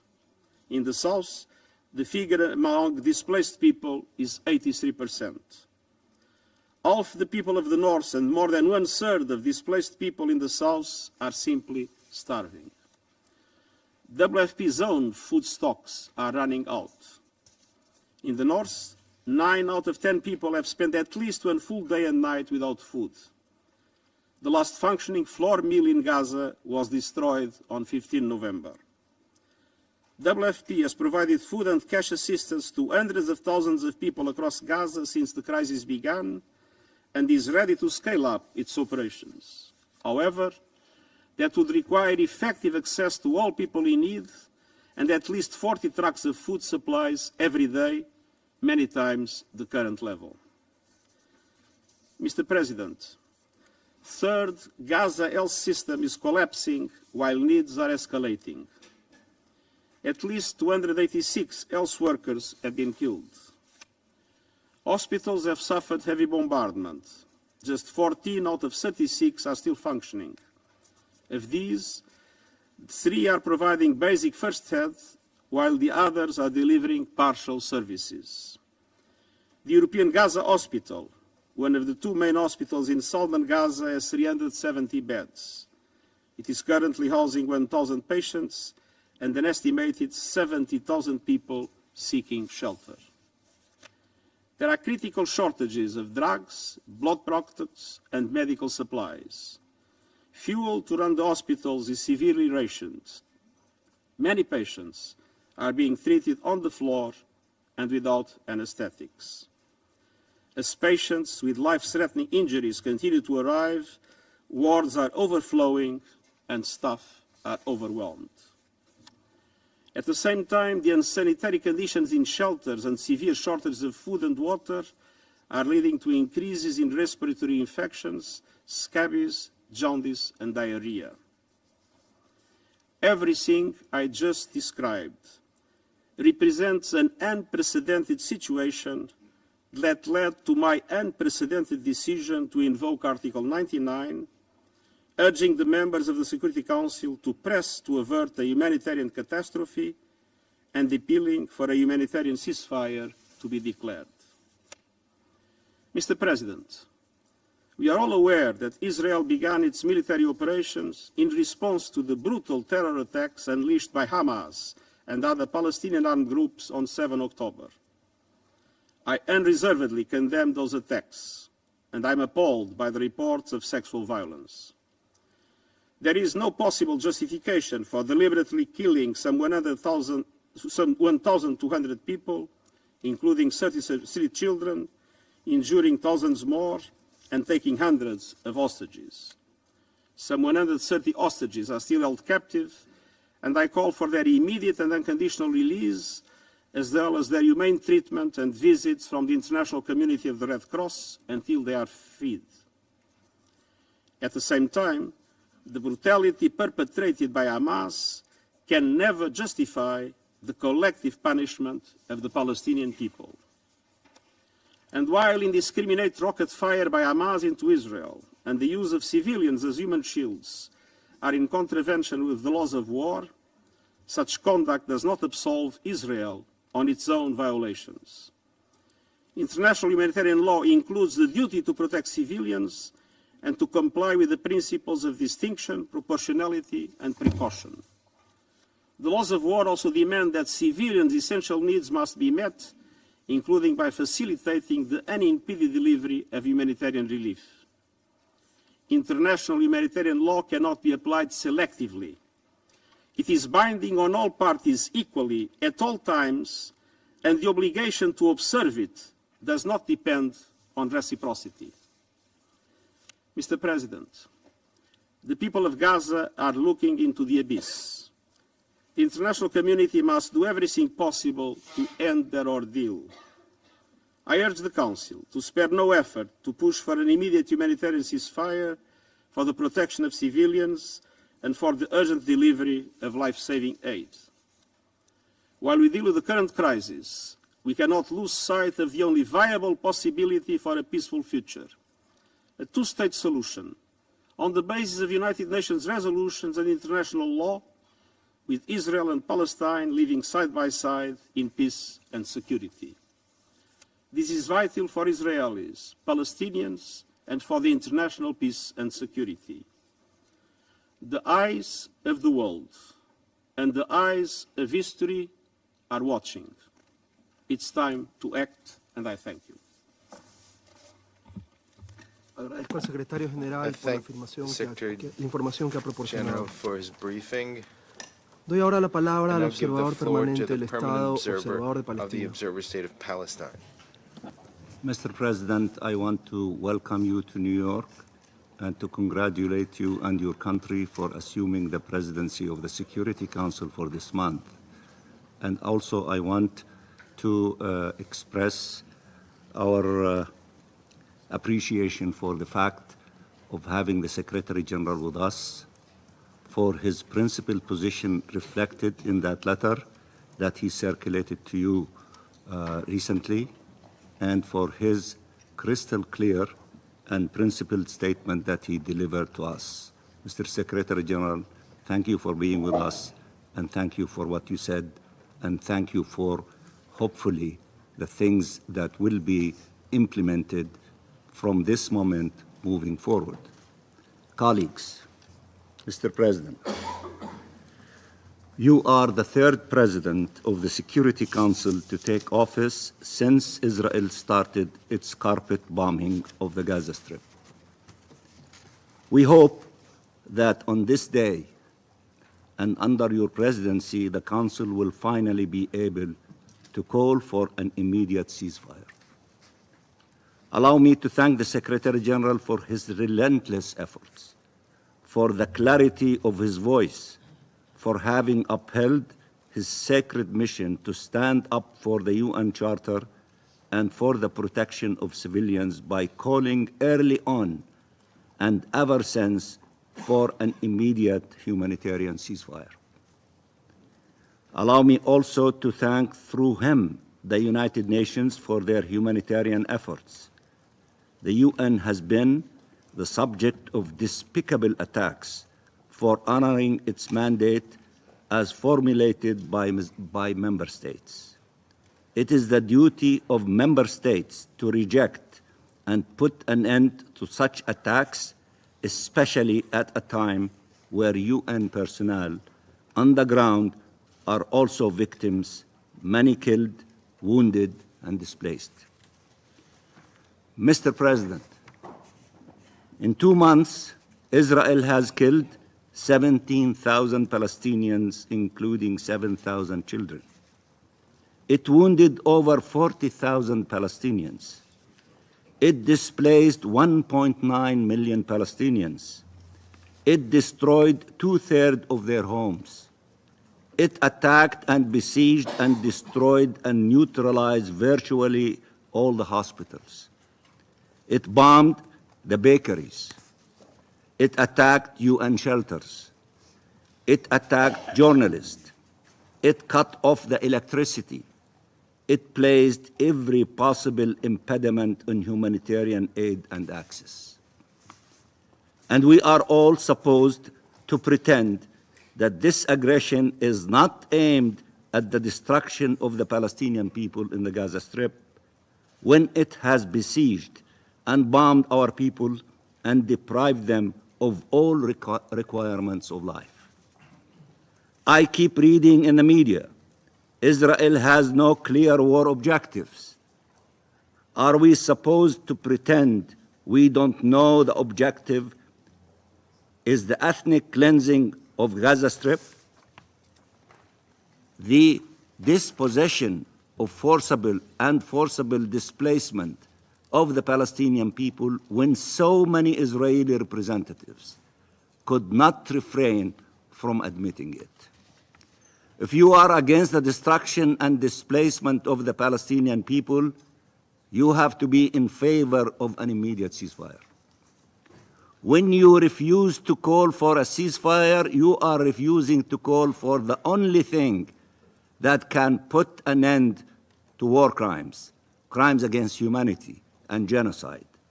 This is how Israel is conducting the war, through atrocities. You can keep calling on it to protect civilians, to uphold the laws of war, to allow humanitarian aid in.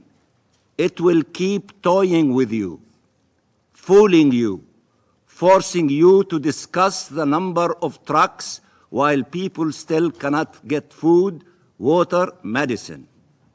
It will keep telling you if people only heeded its calls to head south, they would have been safe while bombing them in the south itself. And now telling you it is creating imaginary safe zones while it continues killing people everywhere. It will explain to you that all of Gaza is a military target, that everyone in Gaza can be killed, since they are either terrorists or human shields. Enough is enough.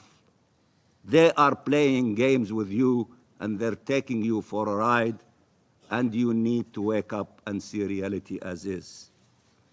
If 2 months of dehumanization and lies and massacres are not enough to make you understand Israel's plan, what will?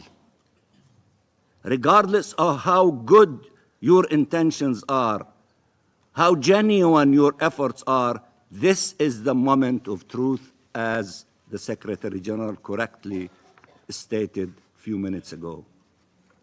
The shame is not on those calling for a ceasefire in the face of such atrocities.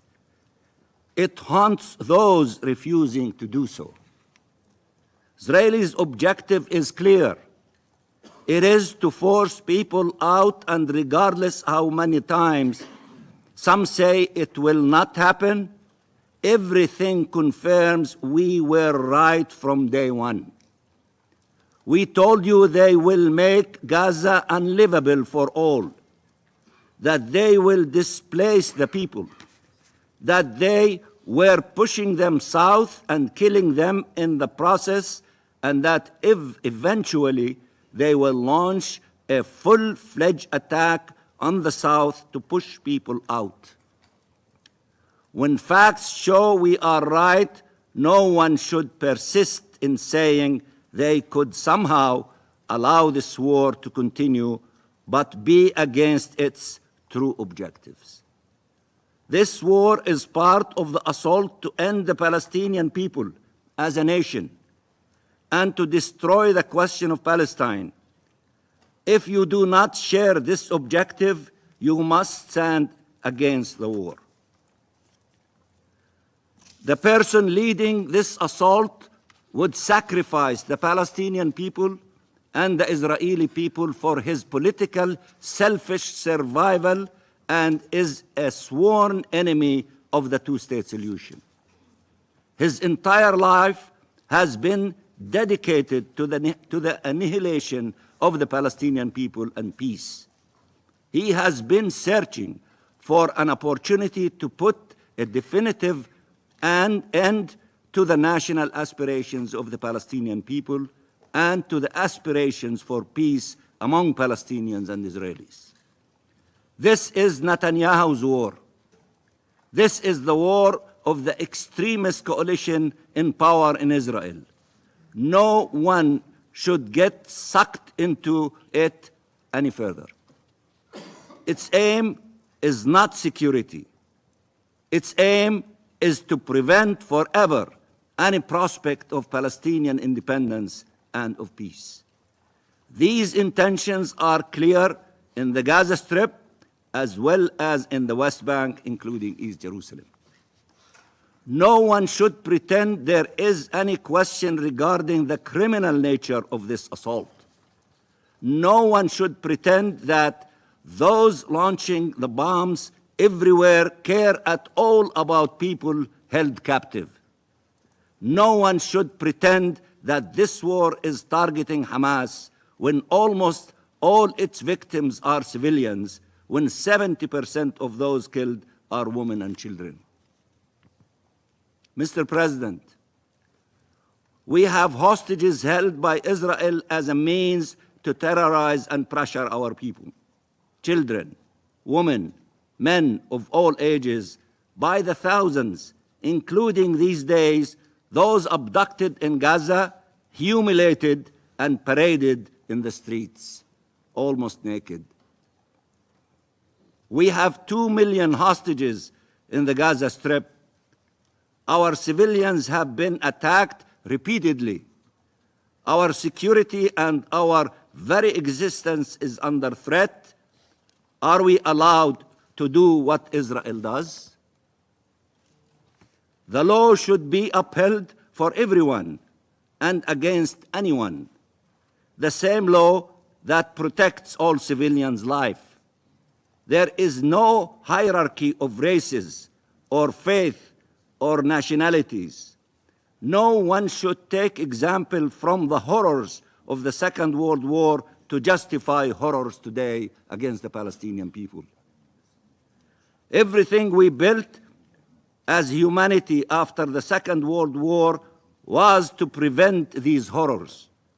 Now they are taking place in Gaza against the Palestinian people, displayed on the screens of the entire world, and the war criminals conducting it have no shame, and instead of being blamed, are blaming everyone else, attacking everyone. The Secretary General, who is upholding his sacred mission, who is standing by the UN Charter, they are attacking states who are refusing to be complicit with such crimes, including their allies. They are attacking UN officials, the UN agencies, and humanitarian and human rights organizations performing their duty in the most impossible of circumstances. They are bullying, intimidating all those who stand for the rule of international law because they believe there is an international law specific to them that allows them to commit atrocities. How can this be allowed to continue? It can't. It shouldn't. It has to stop. Israeli exceptionalism has to end, and it has to end now. Stop rewriting international law to fit Israeli crimes, and stop calling for respect for international law while supporting an assault that has torn it into shreds. The Palestinian people will not die in silence. The Palestinian people will not die in vain. The Palestinian people deserve respect. Every people does, but we have earned it. We have paid the heaviest of price to earn it. We have survived every attempt to annihilate us over a century with barely any means. Show us respect, not in words, but in deeds. Show us respect to our lives, to our rights. This is a moment in history, one where everyone will be asked where they stood, and that will determine who they truly are and what they really stand for. The entire international law lies on one premise: nothing justifies atrocities. This is an atrocity assault. When faced with atrocities, it is not your right to call for them to end, it is your obligation to end it. Save lives. Save lives, save our lives and their lives. Heed that call by billions around the world, by an overwhelming majority of states from across the globe. Let the most noble human instincts carry us, the instinct to preserve life. There is no role more important for this council than to save civilian lives. 2.3 million Palestinians are fighting for their lives as we speak every single day. Save them. Tell them, show them, help is on the way. We call on you in the name of humanity, in the name of justice, in the name of peace, to vote for a ceasefire by supporting the resolution presented by the United Arab Emirates as Arab representative on the Security Council. We thank all those co-sponsoring it from across the globe. What is happening in Palestine now and what will happen next will determine the future of our region for generations to come, will impact relations and perceptions across the world for generations to come. This is time for courage and decisiveness. This is time for action. Time is up. You need to act, and you need to act now. And thank you, Mr. President. Agradezco al observador permanente del Estado observador de Palestina por su declaración. Doy ahora la palabra al representante de Israel. Thank you, Mr. President. Mr. President, recently the world has witnessed brutal wars and bloodshed. Nearly 2 years ago, peace was upended in Europe for the first time since World War II. Russia invaded Ukraine, and the entire globe has felt the impact. Food prices and energy prices surged, affecting countries everywhere. Supply chains suffered a hard hit, and the chance for a global war became a terrifying possible reality. Yet, shockingly, Article 99 was not invoked. The same can be said regarding the thousands killed in Yemen, or how the murderous Assad regime of Syria continued to massacre its own people, including through the use of chemical weapons. In each one of these conflicts, and I have other examples, tens, if not hundreds of thousands were killed and millions were displaced.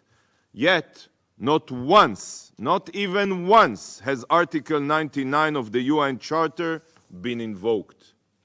Is the war in Ukraine not a threat to international peace and security? Do the millions of displaced Syrians and the children whose corpses were found foaming at the mouth in Douma not symbolize a threat to regional stability? Is watching thousands of Yemeni children die in war while tens of thousands starve not worthy enough to invoke Article 99? Despite the immense global impact of other conflicts and far more pressing threats to international peace and security, Israel's defensive war against Hamas, a designated terrorist organization, was the catalyst for activating Article 99. The irony is that regional stability and the security of both Israelis and Gazans can only be achieved once Hamas is eliminated, not 1 minute before. So the true path to ensure peace is only through supporting Israel's mission, absolutely not to call for a ceasefire. And secondly, distinguished colleagues, for those of you calling for a ceasefire, it is crucial that you remember the facts. On October 6th, there was a ceasefire in place. But on October 7th, Hamas broke the ceasefire with an unprovoked invasion of thousands of Hamas Nazis into Israel. These Hamas terrorists carried out a massacre the likes of which we have not seen since the Holocaust. They raped women and girls, beheaded babies, burned families alive, and took 250 hostages, ranging from infants to the elderly. Following the atrocities of October 7th, Israel committed itself to the elimination of Hamas's capabilities for the sole reason of ensuring that such horrors could never be repeated again. And if Hamas is not destroyed, such horrors will be repeated. Hamas officials have made it clear publicly, time and again, that October 7th was just a rehearsal, and they will continue to carry out atrocities again and again. Hamas is responsible for inhumane terror against Israelis. Hamas is responsible for ruling Gaza with an iron fist, forcing Gazans to live in poverty, deprived of basic human rights. Hamas is responsible for exploiting international aid to fuel their war machine. And calling for a ceasefire is precisely what ensures that this will continue. A ceasefire means that the suffering of all will carry on. A ceasefire cements Hamas's control of Gaza. But even more than that, calling for a ceasefire sends a clear message that Hamas is forgiven for their deliberate atrocities, and Hamas's oppression of Gazans is given a green light by the international community. Hamas, like any other entity, only responds, like any terror entity, only responds when its existence is threatened. And without the military pressure applied on Hamas, no amount of diplomacy can secure the release of hostages. Is this what the Council desires? That Hamas continues its reign of terror forever? That the hostages, among them women and children, never leave Gaza? Hamas won't even permit the Red Cross to visit them. Hamas has a clear script. If you call for a ceasefire, then you are following it. Hamas knows that it cannot defeat Israel on the conventional battlefield. This is why Hamas targets the murders civilians. They seek to terrorize Israelis and drive us out of our homeland in fear. But Hamas's vicious strategy is also to advance the death of many Gazan civilians as well. This is why Hamas hides behind and under the civilian population. This is why they use hospitals for cover and schools as arms catches, including UNRWA schools. Hamas wants to maximize civilian casualties, to co-opt the UN to pressure Israel to cease its fire and allow Hamas to survive and continue its reign of terror. Hamas knows that the more civilian fatalities there are, the more pressure the international community will put on Israel. This is why Hamas also fabricates death tolls, which are taken at face value here, with no real efforts made by the UN to verify them. According to the Hamas Ministry of Health, almost no terrorists have been killed in this war, only women and children. This is the same body that falsely blamed Israel for 500 casualties at Al-Akhli hospital, when the truth is that the number of casualties was drastically lower, and Palestinian Islamic Jihad was the one responsible for the fatalities. I will be very clear, dear colleagues. The number you are basing your discussions on are libelous and distorted, drastically. Hamas has built terror bases inside and underneath medical facilities. This has been proven. They store rockets and assault rifles in children's bedrooms. And just yesterday, Hamas launched 12 rockets at Israel from within a designated humanitarian zone in southern Gaza. Rockets were fired mere meters from the tents of evacuated Gazans. Hamas exploits Gazans as human shields in hopes that civilian casualties will rise and the UN will call for a ceasefire. Do we want to be the actors in the show that Hamas has carefully crafted? It is always easier to pressure the law-abiding democracy as opposed to the terrorists who don't even recognize the existence of international law. But is this the right and just way to ensure security? Of course not. This is Hamas's script of death. Don't agree to be part of it. Please. Hamas is the root cause of the situation in Gaza, yet there is zero accountability for their evil. Why is Hamas not held fully responsible by the UN and its bodies? Tell Gazans the truth. They have to hear it from you. This is the only way to bring about bottom-up change in Gaza. Dear colleagues, Hamas not only violated the ceasefire on October 7th, Hamas fundamentally violated the recent humanitarian pause. Last week, there was a pause in place. The agreement was clear. For every 10 hostages released, the pause would be extended by 24 hours. Hundreds of aid trucks entered Gaza. Fuel tankers were and continue to be permitted in.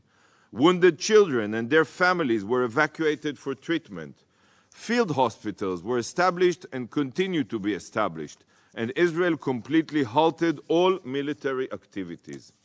Israel asked for the daily release of 10 women and children held hostage, who were savagely taken from their homes and from a peace party.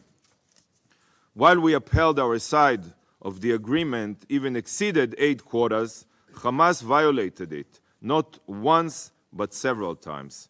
15 minutes after the pause began, Hamas fired a barrage of rockets into Israel. Throughout the following 8 days, Hamas carried out shooting attacks, detonated IEDs, and fired anti-tank missiles. Hamas violated the pause time and again while Israel abided by the pause. Hamas not only violated the agreement by attacking Israeli soldiers, they also violated the agreement regarding the release of hostages.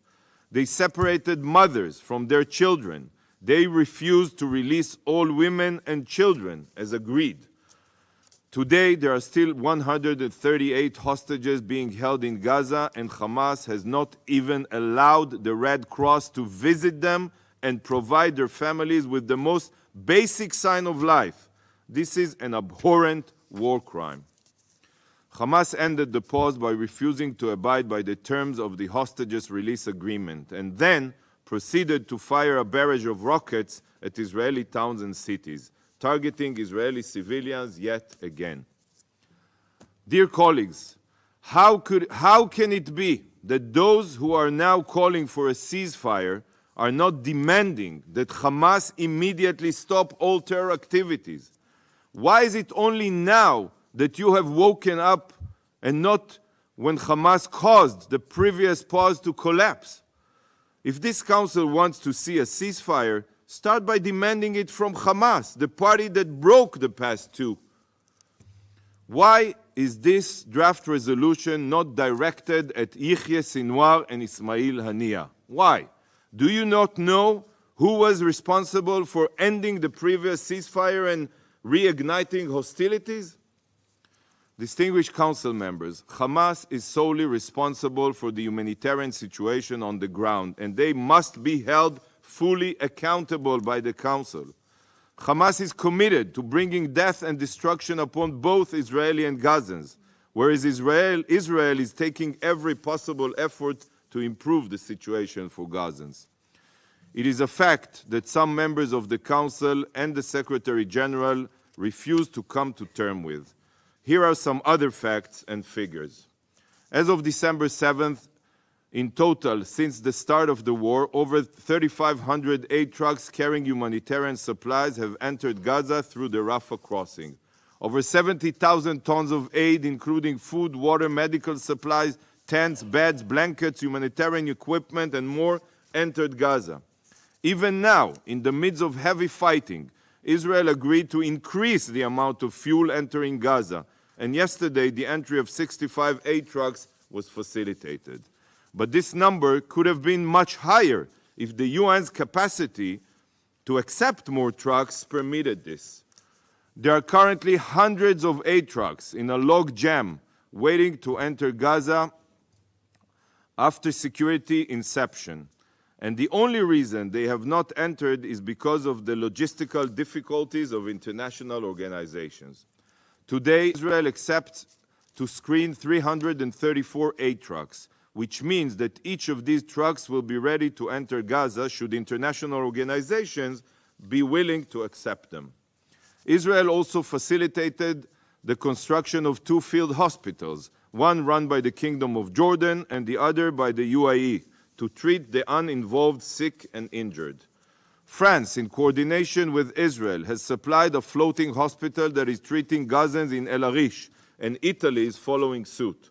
Saudi Arabia donated 21 additional ambulances. 5 other field hospitals are set to open soon to be run by the Red Cross, Egypt, the International Medical Corps, Turkey and Italy. 553 sick and injured have exited Gaza for treatment abroad, accompanied by 378 family members and guardians. This, dear friends, was all allowed and facilitated by Israel. In fact, Israel welcomes any and all humanitarian assistance to Gaza from any and all countries willing to assist. But colleagues, sadly, not all of this aid reaches its destination. In the previous days and weeks, we have seen footage from inside Gaza of Hamas terrorists literally shooting at Palestinians trying to gain access to basic humanitarian supplies. Gazans have reported that aid is being taken by Hamas and distributed exclusively to its terrorists.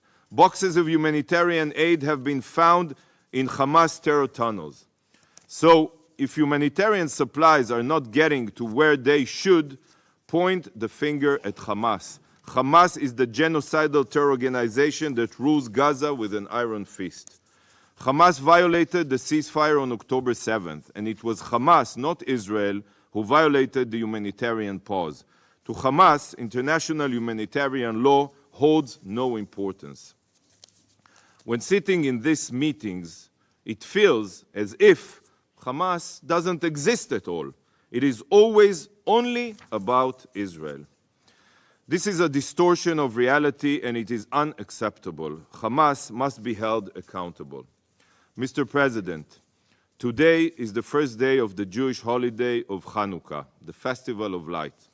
It is one of the Jewish holidays that celebrates the Jewish people overcoming attempts in each generation to destroy us. How world powers tried to deny our presence in our ancestral homeland, in Jerusalem, in the 2nd century BCE, before Jesus, before Muhammad. It is a holiday that celebrates how light prevailed over darkness. Today, sadly, we find ourselves again surrounded by darkness, with forces that seek to destroy us and also to demonize and delegitimize us. Jewish tradition teaches that even a little bit of light can dispel much darkness. Every one of you can use light to dispel the darkness and expose the truth. I pray that we see another Hanukkah miracle here in the UN, and that the Almighty will allow the truth and light to prevail here in this council. That we will see Hamas defeated soon, so that both Israelis and Gazans can live freely, free of violence and free of fear. Israel, Mr. President, will continue with her mission, the elimination of Hamas's terror capabilities and the return of all of the hostages. And we will complete our mission while supporting every humanitarian initiative to improve the situation for Gazans. Whoever truly seeks peace and security in the region must understand that the only way to achieve this is by destroying Hamas, not by calling for ceasefire, which will only extend the war and suffering of all. There is no other option. Thank you, Mr. President. Agradezco al representante de Israel por su declaración. Doy ahora la palabra a los miembros del Consejo que deseen formular una declaración. Tiene la palabra el representante de Emiratos Árabes Unidos. Thank you, Mr. President. Mr. Secretary General Antonio Guterres, thank you for your briefing. We are profoundly grateful for your steadfast moral leadership.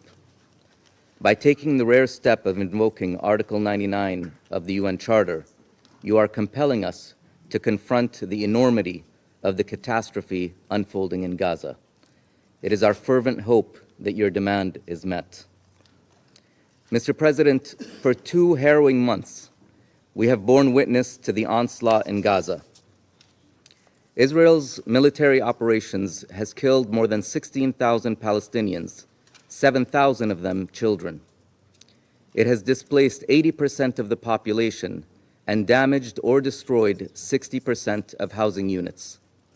For context, this is a scale of destruction surpassing even the bombing of Dresden in 1945. For the many Gazans who have never left that narrow, besieged strip of land, their entire world is being systematically demolished before their eyes. The invocation of Article 99 must be a tipping point, a solemn reflection of the desperate plight in Gaza and the imperative need for the Council to act. The Council must act when too little aid is getting in and humanitarian workers are unable to deliver it for fear of being killed. The Council must act when the siege on Gaza is becoming a major source of death. The Council must act when unrelenting bombardment kills more than 130 UN staff members. Despite the recent temporary pause, the violence and danger to civilians has not abated. In fact, this conflict has now graduated to a new, more dangerous phase. The siege of Khan Yunis and other parts in southern Gaza, where hundreds of thousands of people have fled, has now begun. There is literally no safe haven for the millions of people trapped and under attack. Mr. President, in his letter, the Secretary General noted that Gaza's healthcare system, or what's left of it, is on the verge of collapse. Israel is warning the World Health Organization that unless it removed its medical supplies in southern Gaza, impending military operations will put them beyond use. We condemn in the strongest possible terms the deliberate targeting of medical facilities, equipment, and personnel. For our part, the UAE established a field hospital inside Gaza on December 2nd, with an operational capacity of 150 beds. We recognize that these efforts are not nearly enough. Even during the recent pause, we saw the need for an enhanced aid delivery mechanism to allow full, rapid, safe, and unhindered access. We need a streamlined monitoring system and an expanded capacity to deliver goods, including through the opening of further crossings and entry points. We note that Israel reportedly agreed to open the Karam Abu Salim crossing for inspections only, and while this should reduce the time delays, it remains necessary for all crossings to be opened and, if needed, repaired. We stress the importance of ensuring the full implementation of Security Council Resolution 2712, which demands all parties to respect their obligations under international law and calls for urgent and extended humanitarian pauses. We underscore that members of this Council must ensure implementation, but we all know that the only way to end this tragedy is to impose an immediate humanitarian ceasefire. There is no defensible, moral, political, nor military justification for this carnage to continue. After 2 months of war, ambulances are delivering more dead than survivors to the few emergency rooms left functional in Gaza. Over the last few days, reports have revealed what precisely unfolded in northern Gaza. In the intensive pediatric care unit of an abandoned hospital, several babies lay dead, their bodies decomposing. Let that harrowing image haunt anybody persisting in the fantasy that the operation in the south will be any less horrific. It will not. Mr. President, this war has brought our region to a breaking point, but its effect has rippled far beyond. There has been an appalling increase in incidents of anti-Semitism and Islamophobia worldwide. The international system is teetering on the brink. For this war signals that might makes right, that compliance with international humanitarian law is dependent on the identity of the victim and the perpetrator. Mr. President, the Secretary General, every head of every UN agency, humanitarian organizations, and the overwhelming majority of the world's population have repeatedly called on members of this body to bring this unrestricted violence to a definitive and sustainable end. The UAE has circulated a draft resolution calling for an immediate humanitarian ceasefire to do just that. Today, this Council will vote. It will have an opportunity to respond to the deafening calls across the world to bring this violence to an end. Thank you, Mr. President. Agradezco al representante de Emiratos Árabes Unidos por su declaración. Doy ahora la palabra al representante de la Federación Rusa. Thank you, Mr. President. We wish to thank the Secretary General, Antonio Guterres, for the frank assessment of the catastrophic situation in the Palestine-Israeli conflict zone. We note his absolutely correct decision, given the current circumstances, to draw the attention of the Security Council to this matter under Article 9 of the United Nations Charter.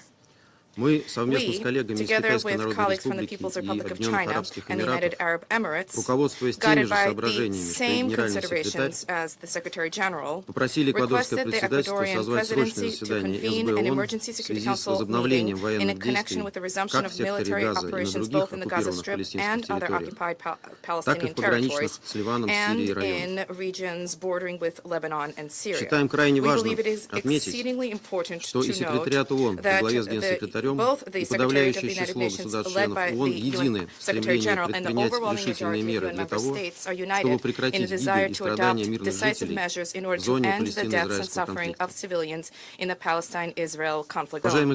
Distinguished colleagues, it will be no exaggeration to state that presently we are at a moment of truth. For nearly 2 months, we were told that what is most important, what is most pressing, what is most urgent that the Council needs to do is to call for humanitarian pauses. Нам говорили, что We were это, в told отличие от that this, прекращения огня, unlike a якобы ceasefire, достижимая is и реалистичная allegedly цель. an achievable and a realistic На все goal. вопросы, как же As for будет the questions обеспечиваться that were posed выполнение этого regarding призыва, how this мы call получали will be ответ, что implemented, гуманитарные the агентства на response we земле received was сами that разберутся. humanitarian agencies on the ground will deal Что with ж, it время themselves.